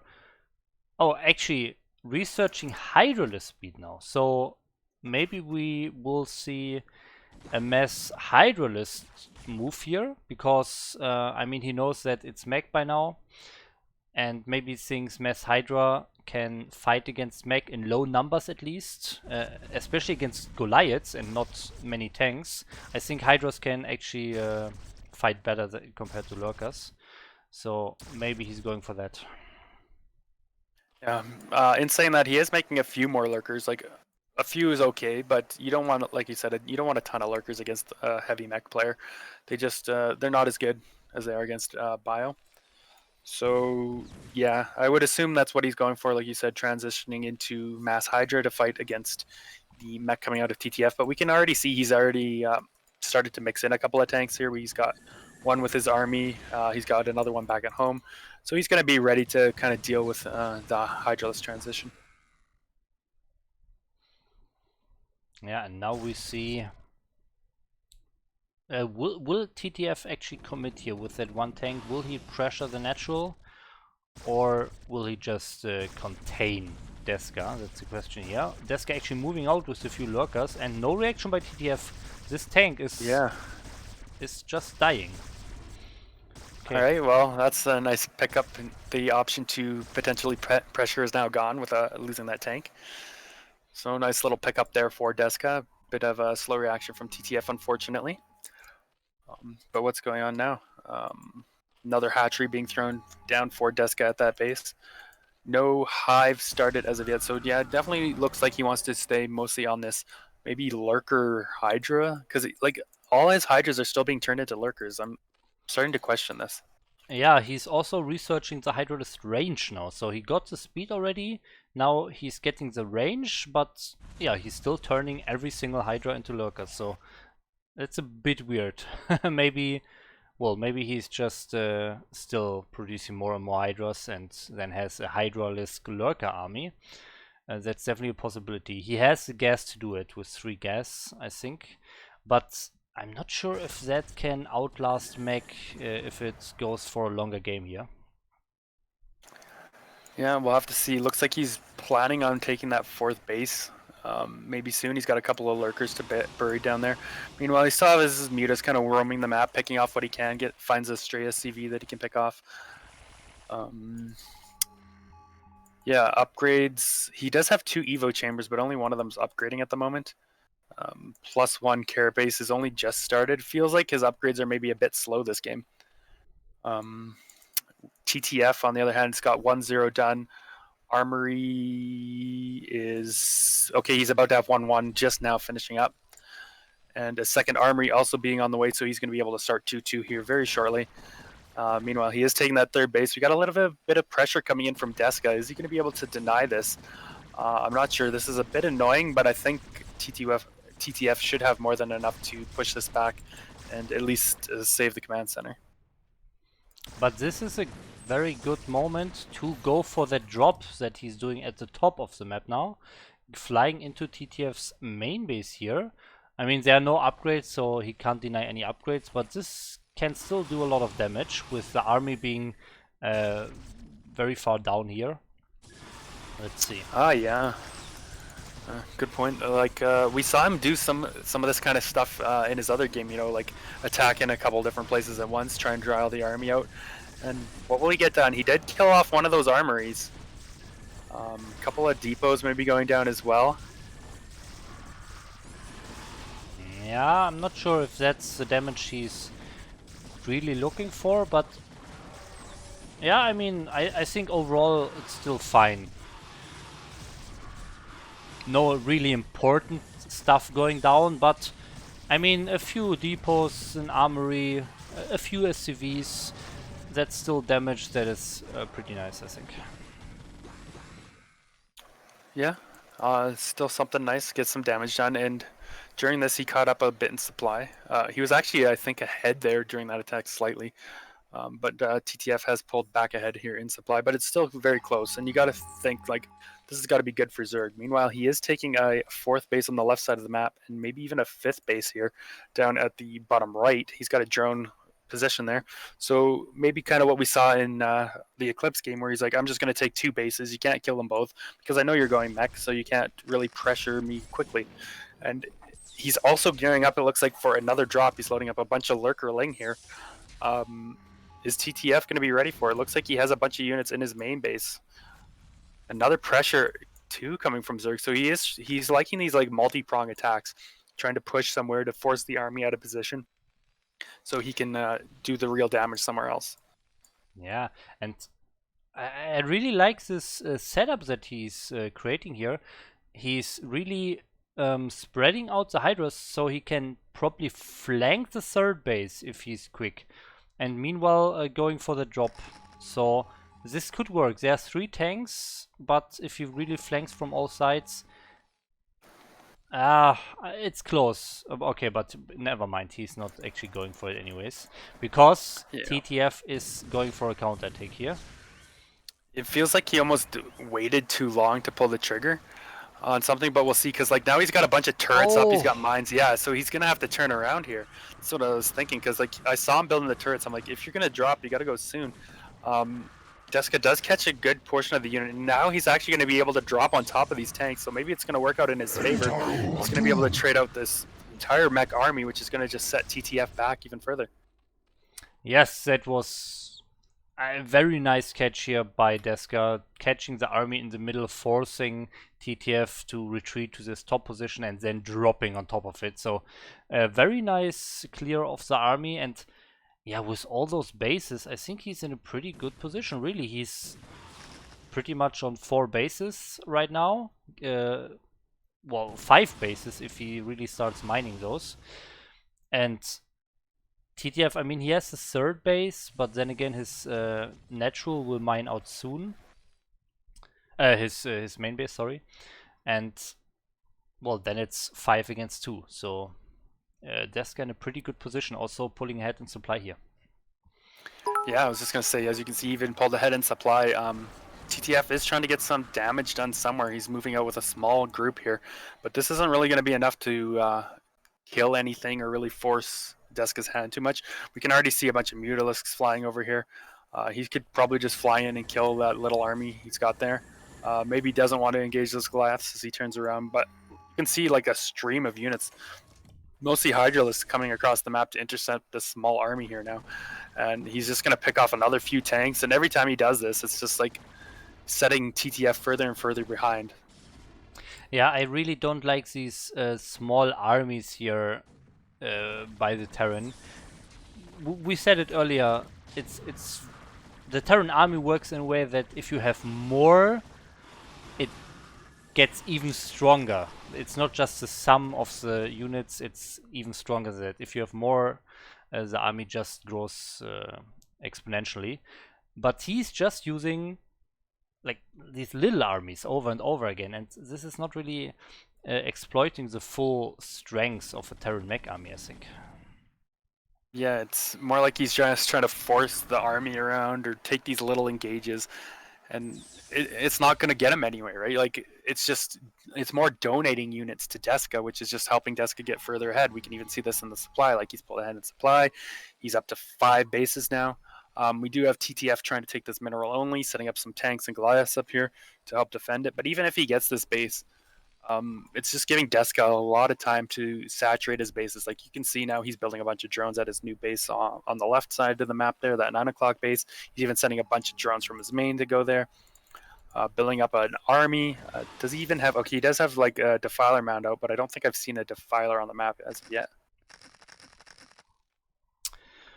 Yeah, no defilers for Deska, but I think so far he's pretty confident in his Hydro play. He has a lot of units spread across the whole map, but I'm not sure if he actually scouts or scouted the space. Okay, now he does with the Mythilus. I think he didn't know about this, so now he kinda lost the opportunity to deny this, because now there are tank siege, there are all the mines in place. Yeah, but I mean, he can just take more bases, I guess, and stay ahead that way. Yeah, did have a vulture just pick off a drone that was looking to maybe take a base in the bottom left. Of course, there's mines there, so he would need something to clear those first. A couple of vultures coming in to try and pick off some drones to slow down the economy, but this isn't going to bother Deska too much. He's already up over 60 drones.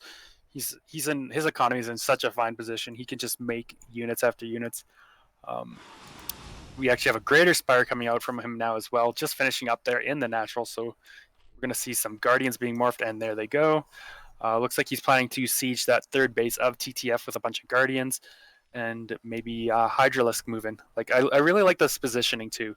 Like you can see how he just has like a line of units across the map. It makes it a lot easier to get any kind of surround or engagement if TTF decided to try and push down towards this map. And we actually see him scanning around to see if he can find the army, because he's thinking about maybe it's time to do an attack. Maybe it's time to move out and punch the Zerg. But as we can see, he's so far ahead in supply that I don't think he's going to be able to really get the damage done he's looking for. And here come the Guardians now. Start to hammer away at this fourth base, or third base, I should say, of TTF. Yeah, and what does TTF have? I mean, he has ranged Goliaths that can reach the Guardians, but ranged Goliaths are still not your best weapon of choice. There are no rays. And he also doesn't have a lot of vessels. There's only one single vessel, so this is definitely a good attack by Deska. But yeah, TTF is just pushing out now with this whole army. Yeah, he really needs to get something done with this. Like, he has to kill a couple of Zerg bases if he wants the chance in this game. We do actually have a couple more Guardians being morphed around 12 o'clock. Looks like he's going to start sieging that mineral only with a few Guardians as well. So even if TTF cleans all of this up, he's taking a lot of damage at the same time, right? So he's not going to be able to replenish his army very quickly. So if Deska is able to kill this army even once, he's going to be in such a hard position to ever get back out on the map that I don't think he'll be able to, right? Like, sure, he's trading well now, but he's taking a lot of damage in the process. Yep. But I mean, at least he is finally approaching this big mech army that we have been talking about earlier. So yeah, okay, he's sieging the space now, and it doesn't look like Deska is interested in actually gathering his units to defend this attack. So he's just, yeah, he's just fine with losing this natural, as it looks like. Yeah, one thing I would like to say is I would like to see some defilers. Like, he's had that defiler mount for so long. Like, he could get a couple of plagues off or a couple of dark swarms and really whittle down this mech army. Looks like he's going to go for the surround now. Maybe he doesn't need those defilers.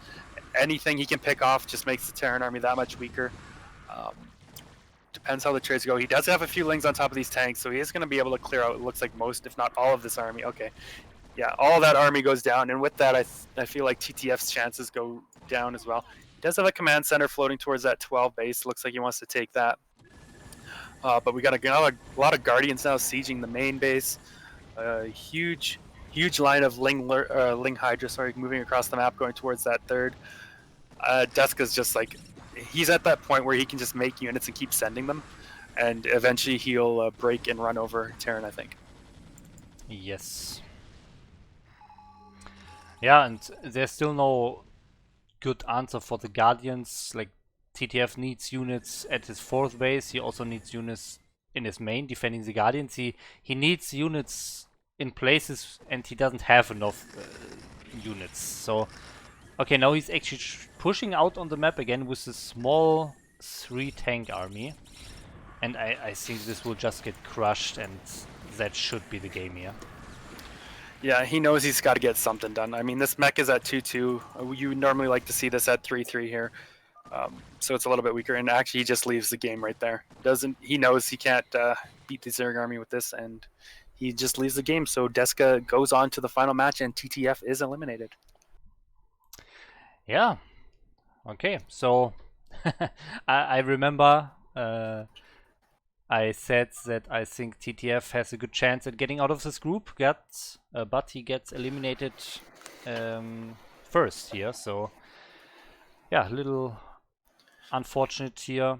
But Deska has another shot in the elimination match, in the final match. Deska with his incredibly high APM, 468 at the end of the game. Oh, we didn't check if he has multiple hives this time. Oh yeah, maybe he learned from that game and fixed his hotkeys after. Maybe. No mass hive strategy that game. All right. Well, so what does that leave us with? It leaves us with Deska against Radley, right? Radley, yes. And that was our first match, yeah. Or they played first round, right? Yeah. Exactly. That was a game where Deska was trying to kill Radley early on with some lurker drops, but he sadly lost most of the overlords with lurkers inside before he could really unload. So Radley did a very good job defending those little attacks by Deska, really taking no damage and getting into a very good spot in the game. So I'm really curious if Deska goes for that aggressive style again, or does he think, okay, Radley defended so well, I go for a standard game this time? Yeah, this map's definitely like bigger. We're going to Polypod, right? So he can't necessarily say, "Oh, I know exactly where your spawn is. I can try this." Um, it also means that there's going to be more area for Radley to kind of move out on. It's kind of interesting. We actually have cross spawns here, but go ahead, introduce our players. Yes, here we go. We jump into the game, and the top right we have our yellow Terran from Poland winning the first encounter of these two players. It is Radley. All right, and in the bottom left, we can actually do Shift Tab. It might be better in this one. Let's do that. All right, so in the bottom left, we have our red Zerg then. None other than Deska, the Mexican Zerg. So they had a pretty long game last time, pretty good game on Eclipse, where Radley was eventually able to take it out.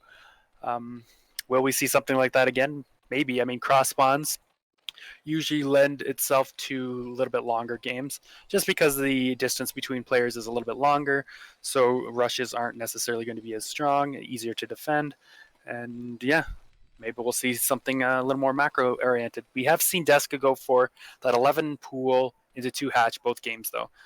So I'm kind of expecting we'll see the same kind of thing come out of him, but maybe not.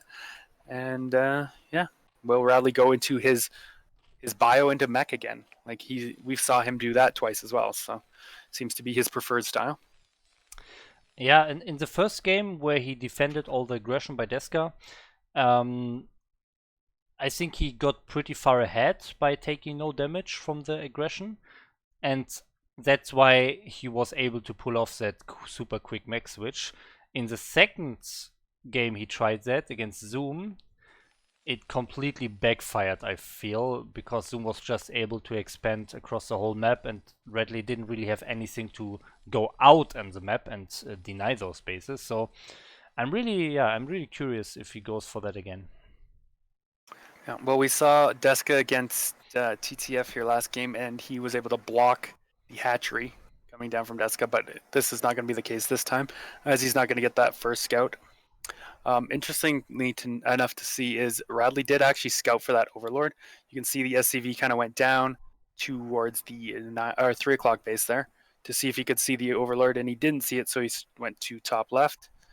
Now he's actually going to bottom right, even though he didn't see the Overlord there. Or maybe not. What is the scout pattern? He went like to the middle. I guess for the proxy hatch in the middle. Proxy hatch.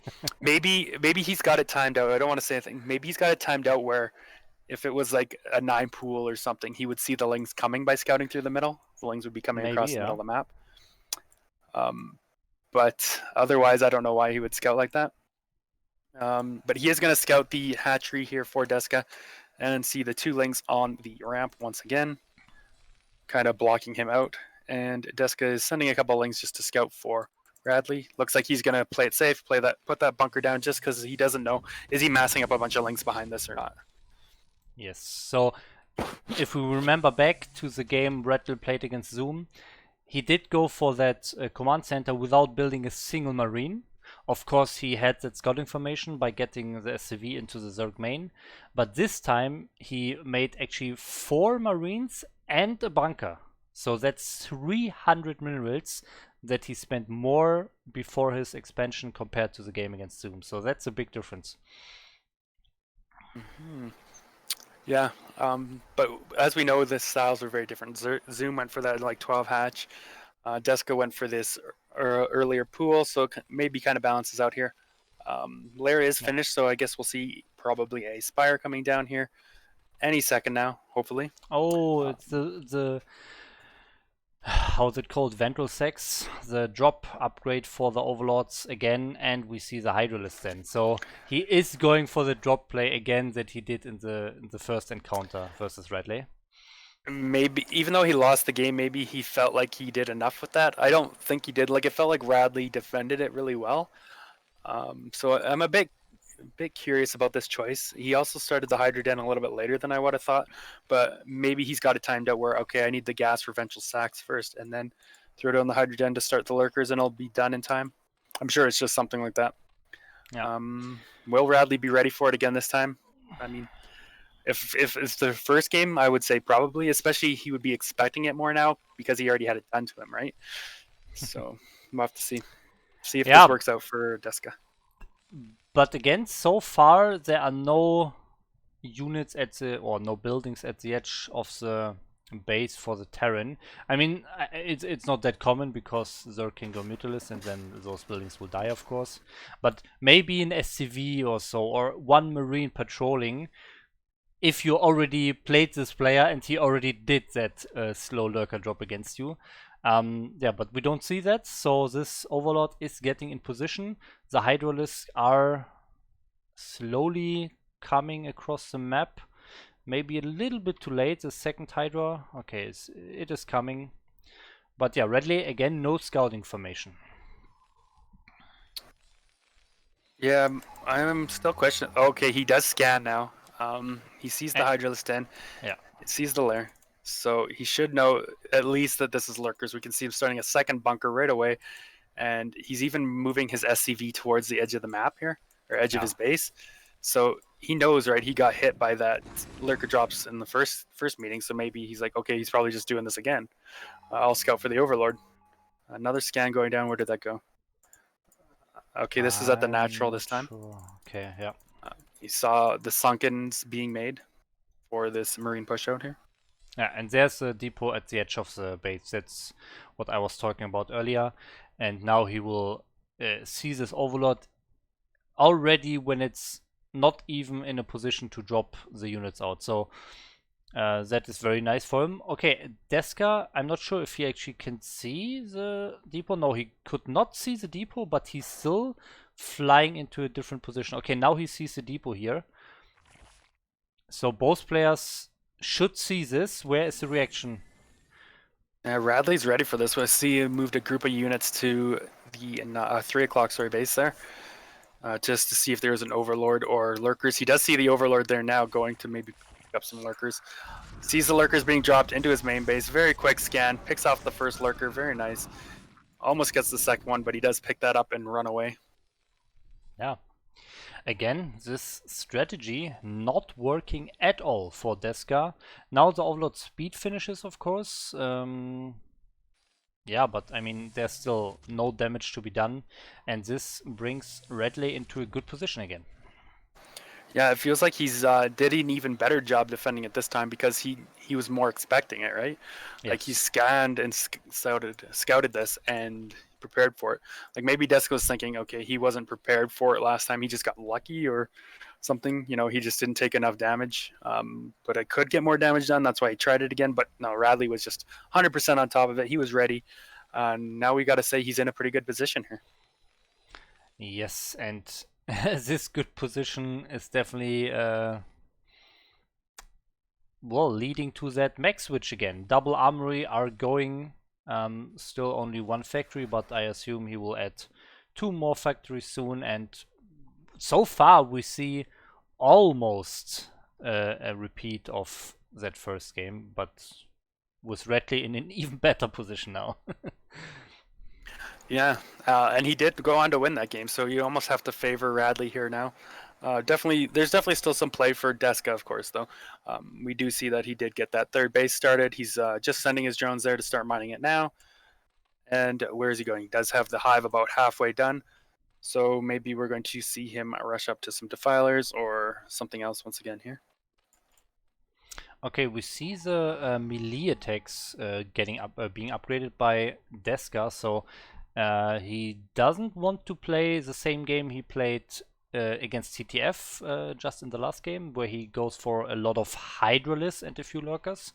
Here it looks like he wants to transition to Defiler lurker Ling. Well, he is preparing a bigger drop here, it looks like. A few lurkers. Nothing has been loaded up just yet, but maybe. But it looks like Radley's in position. He's got a bunch of Marines. He's got a tank and a medic, a couple of turrets there. So I don't think he's going to take too much damage, although, okay, he started to move him away. Do have a dropship being loaded up here now. Where is it going to go? I think probably the main base, it looks like. He's scanning around for maybe a hidden base. It does fly right over a lurker, so if Deska was paying attention, he would have seen it. Even going to fly over another lurker here. So that's a couple of chances. Yeah. Interesting positions. I don't know if they're just to catch random stray units or they're positioned to catch like SCV transfers or something, I guess. But we'll see. Yeah, okay, he did see that dropship for sure. He's moving units into position in his main base now. Even bringing a drone over there, I don't know. Guess just a misclick from his rally, but yes. Will he be ready? Throwing down a Spire in his main base as well.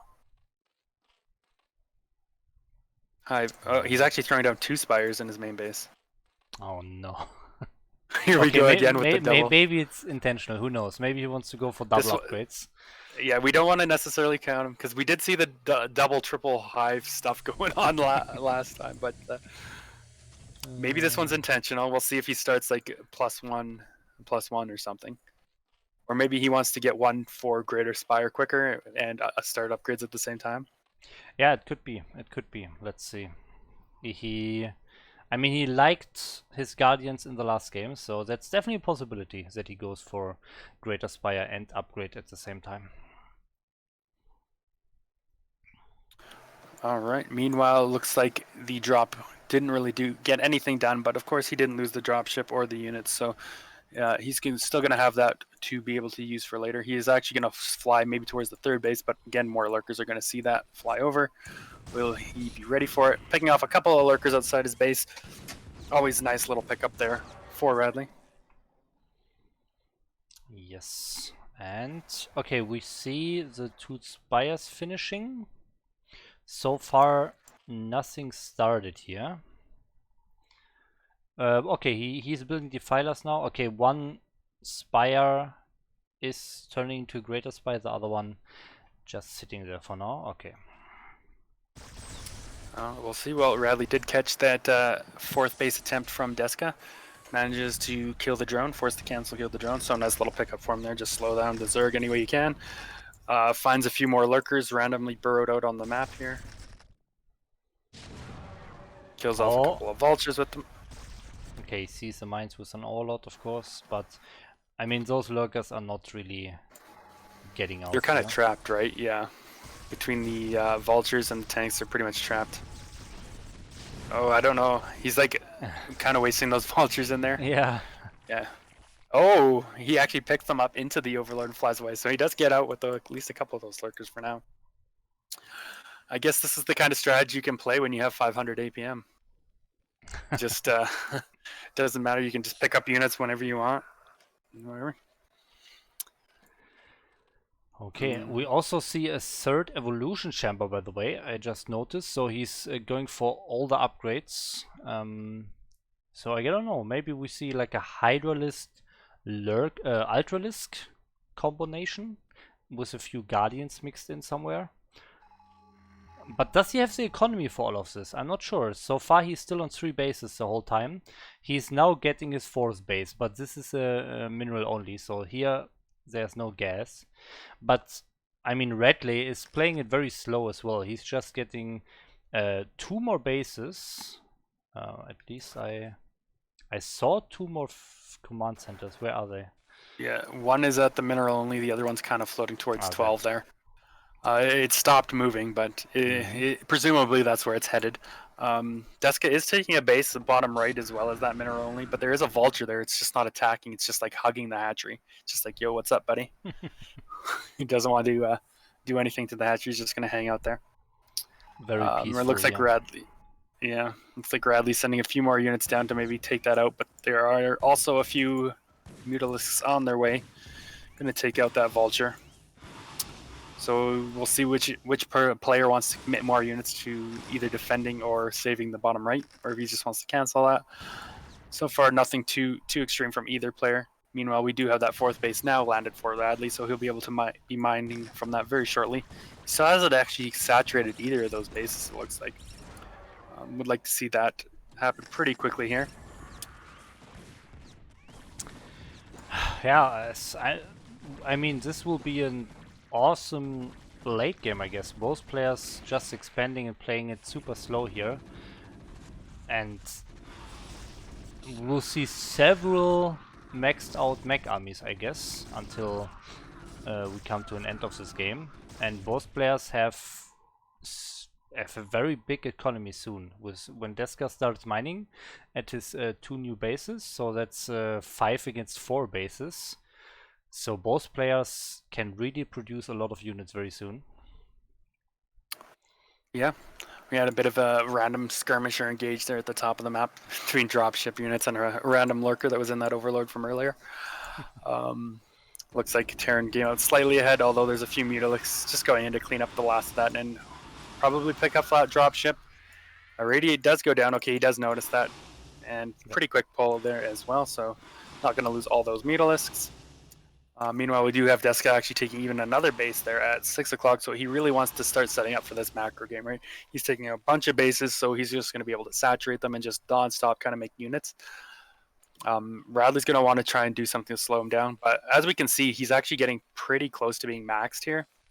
What are the upgrades at? We are at 2-2 mech upgrades as well. Very strong. Is 3-3 on the way.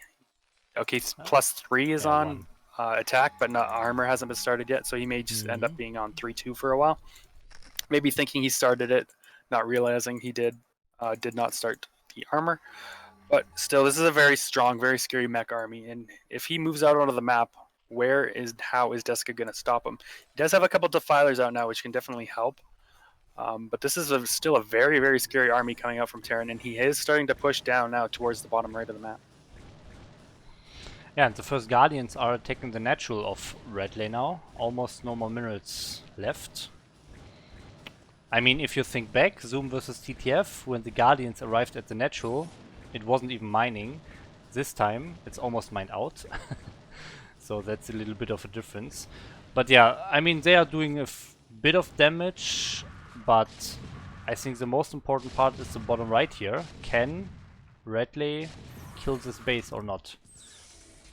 Yeah, that's a lot of tanks. There's not a lot of anti-air here. Okay, there's a few Goliaths over to the left, but he could have, if he had a few Overlords or something, he could have dropped them on top of all those tanks when they're sieged up. Definitely could have taken out a good number of those for not a huge cost. Meanwhile, we do have, vultures laying mines around the map. Looks like a group is going to come support this army at the bottom now, and this is getting scarier and harder for Deska. Like, I don't think he's going to be able to stop this now. Radley should be able to take out the space. There is a Nidus Canal there, but are there any units to send through? Oh, it's just actually finishing up at the front of his natural base now. Will he be able to get enough out of there? I don't think so. I think this base is going to be going down. Yes, and I mean, this really reduces Deska's economy here. That was an important base. The main base will mine out soon here. The natural will also mine out soon. So when those two mine out, he has this mineral only, so no gas base, and then he only has one single gas base left. He is taking the top left now, so that's his way of handling this loss of an expansion bottom right. But I mean, this is a bit too late maybe. Redley can just move his mech army over there now. Yeah, kind of like a refugee Zerg style, refugee toss in TVZ. We do have a few Guardians being morphed here at that mineral only 4 of Radley's. There's a few Goliaths here and a couple of Radiates maybe to help deal with it. Okay, 1 Irradiate anyway. Looks like it's going to kill 2 Guardians probably. And the third one goes down, so not going to take too much damage from this, but we have a huge group of Lings moving across the map here, and a couple of Defilers. Will he be able to get a Dark Swarm down or 2, or a Plague, anything? Okay, a couple of Dark Swarms do go down. A bunch of tanks are going to get killed here. Some mines, will they get driven into those tanks? No, not quite. Nice control there, moving back for Radley, not taking any mine damage. Okay, so he killed some of the tanks. Can kill another one here. Oh, maybe not. Fortunate for him losing that Defiler. The tank does survive, killing everything there. I mean, it's still very close. I mean, Radley killed that one base at the bottom, but now he lost his tanks, and you can see the supply. He needs a little bit more time until he's max, but Deska is already at a very big supply for a Zerg as well. So if he can catch the tank army unsieged and off guard without any mines in front of that and so on, he can definitely clear this. But so far he's not reacting. The Terran army is moving to the top left and the units of Deska are not moving. Yeah, 3-2 is done on the Terran army now. It looks like he just started armor. So that was probably just forget. He probably realized, oh, I'm only 3-2 instead of 3-3. But can the Zerg stop him from killing this? It feels like the Zerg just keeps, like, the Zerg's taking bottom right now, right? So it's just like Radley kills a couple of bases, Zerg takes the bases on the other side of the map. Then Radley goes and kills those bases, and Zerg takes the bases on the first side of the map again. It's kind of going back and forth like this, right? But eventually, somebody's going to have to set up a base somewhere that they can hold on to, and that could potentially give them the win, right? Like, if this keeps going back and forth, eventually they're going to run out of money somewhere and not be able to keep fighting like this. So yeah, it looks like both these bases are going to go down. Big group of units, even an Overlord getting irradiated. I don't know about that. Maybe it was a misclick. That does go down. And where can Deska go from here? He's got a lot of units kind of in the middle of the map and on his side of the base, but he's not really using them. Where can he go to engage? What can he take out? Like, he needs to get something done somewhere, right? Either kill the Terran army off or kill a base or something to kind of slow Terran down, because we can see now Radley started a command center on the left side of the map. He's got SCVs even transferred over there to start mining. Going to be mining well before ready to, but still. Oh, Vulture's catching a bunch of drones transfers here too, at the bottom of the map.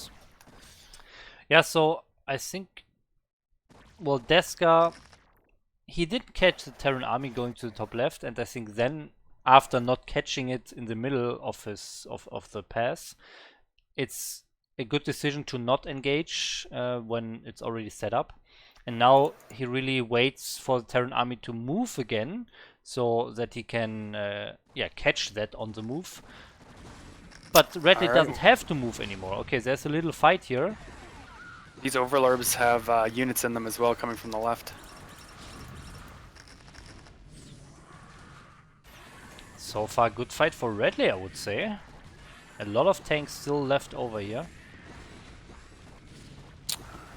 But now the Overlords are dropping out a lot of Lings, and they're getting on top of these tanks. He's actually killing a lot of those tanks off. That is true. Okay, so yeah, Deska clears his army and denies the expansion. That's very important for him. He has spent most of his bank for that. His main is mined out, his natural is mined out, his third base is almost mined out as well. So he has this mineral only and the expansions at the bottom. So if he can keep this bottom right base, then I think he's in a very good position. Redley still has a big bank, so he will definitely remix. And then the question is, what can that remixed army do? Yeah. We have a bunch of idle SCVs just at the natural that he can send to start mining these bases a little bit more efficiently. But that was good for Zerg for sure.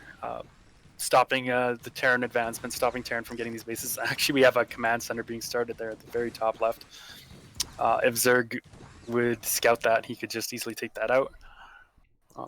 Meanwhile, we do have 3-3 finally done for the mech, so very, very scary army. Full upgrades on both sides here now, actually. Yeah. And looks like he's going to clear out these Hydras, but the Hydras being cleared up get pushed up into the main base, so he just cancels the command center that was being built up there.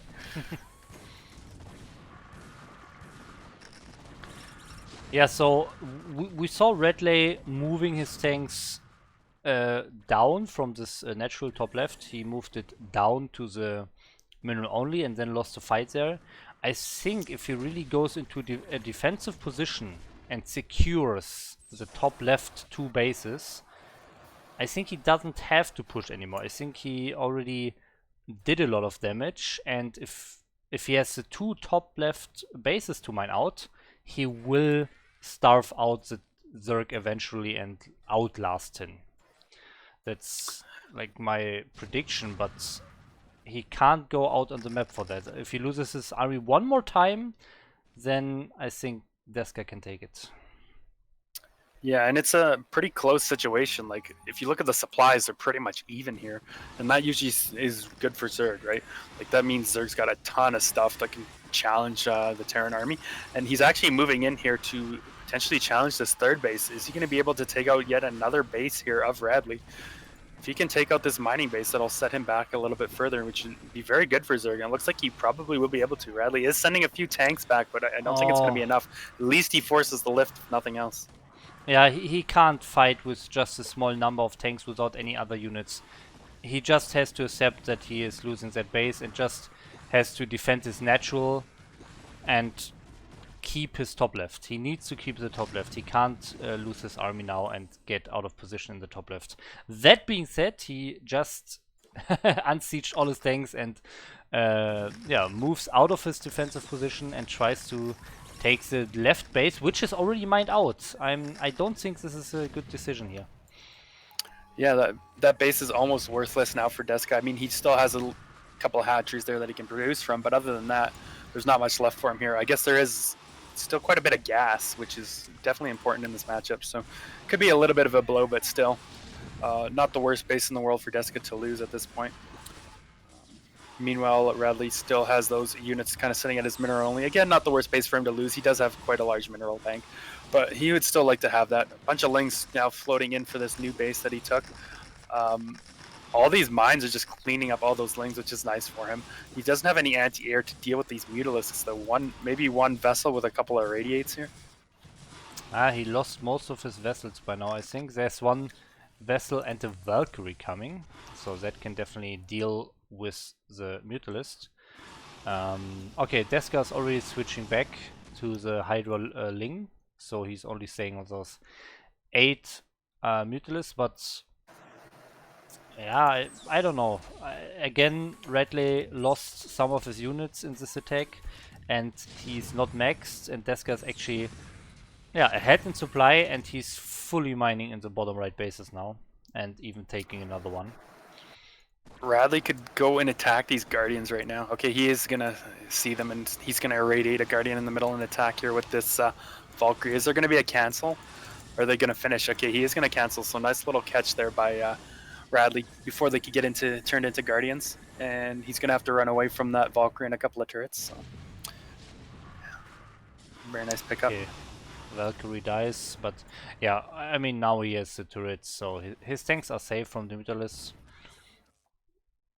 Yeah, man, I don't know. This is such a weird game. Now, actually, Radley is in this very defensive position, securing these top left bases. I think this is a very important position, and in my opinion, he should not move out of this defensive position. He should just hold it.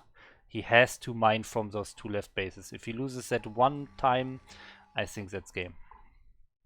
Well, we do have a lot of Guardians being morphed here just outside these 2 bases, and these Overlords just got loaded up with a bunch of Lings. So it looks like Deska really wants to break this position, and he's going to try that with Guardians and drops. I'd like to see him gather up all his units and just go in all at once if he's going to do this. Okay, here he is now. He's bringing all his units across the map. It's go time. Is this going to work? This is going to be such a big fight and a very critical fight for the remainder of this game, to be honest. Depending on how this could define the outcome of the game. Here we go. I think Deska has too many. The Zerglings are streaming in. Yeah, I mean, that's it. Yeah. What can Radley do here? It looks like the Zerg is just overwhelming him. That was just so many links, so many lurkers. He's going to lose both of these bases. And now he's barely mining. I mean, he retook that mineral only, but there's nothing mining from it at the moment. And all he's really mining from is that 12 o'clock base. He is going to try and attack some of Deska's bases here at the bottom left, but he needs to kill like all of the bases here for Deska to even have a chance. And I don't think he's got the army to do it. No, he doesn't. Yeah, I mean, he had pretty much only tanks in the top left, and only tanks are not good against mass Zerglings. He didn't have bunkers, he didn't have mines or too many mines set up, he didn't have Goliaths to kill the Zerglings quickly, so yeah, now he has this little army left that is going to die right now, and with that I think the hopes of him advancing to the round of 16 are also going to die. Yeah, he's trying to fight as best he can. He's got another group of tank left, but he knows he's done. He GG's out. Deska takes the game. So they did go 1-1, but Deska won the one that was more important, I guess, and he does advance as our second player out of this group and fourth player into the round of 16. Yeah, congratulations to Deska, and Radley gets eliminated here. Oh yeah, so sorry. Both Zergs advancing and both Terrans getting eliminated. I remember when we cast the Gosuleague last season, we had like 3 Terrans total, and 2 of them got eliminated very early on, and then we just had, I think, Tarzan remaining. Here again we see 2 Terrans getting eliminated very early on, so I'm not sure what's wrong with the Terrans in the Gosuleague, but we definitely don't have many of them. Yeah, and a couple that we do have already got eliminated. I'm actually looking at the Gosuleague group stages now, and there's only 5 Terrans here, and 2 of them just got eliminated. Or no, there's 6 Terrans, but 2 of them just got eliminated. So the most we can have now is 4 Terrans in the round of 16. If they all advance, 2 of them are also in the same group, so not looking good for Terran again this season in Gosuleague. Yeah, I mean, I see some names that I've seen in the last seasons for sure. I want to mention Kyuge, Kyuge, known as Ratatatateng usually, clanmate of mine, so maybe he can pull through, but yeah, this is a hard group. We'll see. But this time, sadly, the Terrans are on the short end of the stick here, and I'm not even sure if that's the correct saying, but they definitely get eliminated, and we see 2 Protoss and 2 Zergs advance from groups C and D today. Yeah, that's right. We got our first 4 players into the next round. While we're talking about that, I guess we also have more Gosuleague action will be coming up, I think, by Veer Rev. I believe he was in the chat at some point. He may still be there. He will be casting those on Thursday, so definitely check those out on his channel. I'm not actually sure which groups he's casting, because originally we were supposed to be doing groups A and B today, but we got moved to C and D. Presumably some of the players maybe didn't get all their games played in time. So it could just be whatever groups are ready he'll be casting. But either way, definitely check him out. Check out for some more Gosuleague action. Yeah, I will very quickly look into the groups that you will see on Thursday. So in 2 days, there is more Gosuleague action coming for you. And that should be... Let me see... Okay, B and H. So we'll see groups B and H cast on Thursday by Revolution Veer, who is right now in the chat. So you can click his name in the chat right now, Revolution Veer.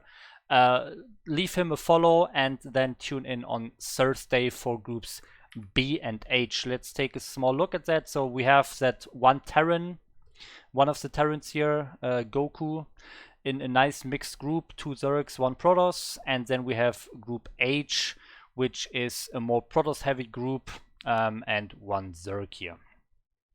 So those are the groups that you can see on Veer's Twitch channel on Thursday.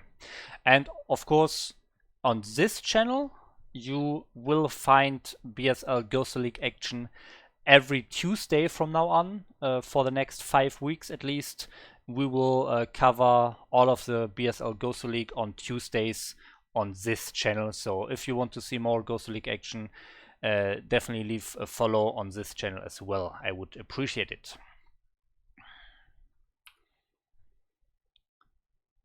Yeah, and I think with that, we are ready to wrap up the stream for today. We saw some awesome matches, some advance, some have to get eliminated, that's how it goes. But yeah, we definitely had some fun games, some very interesting games, and thank you all for watching. Was a nice stream. Snipe, any last words from you? No, looking forward to the games coming up here on Thursday and again next week. Definitely tune in again, everyone, if you had a good time and enjoyed our casting, for sure. It's been a lot of fun, and look forward to the games next week. I'll see y'all later. Yeah. Okay, so thanks a lot for watching again, and see you next time. Bye-bye.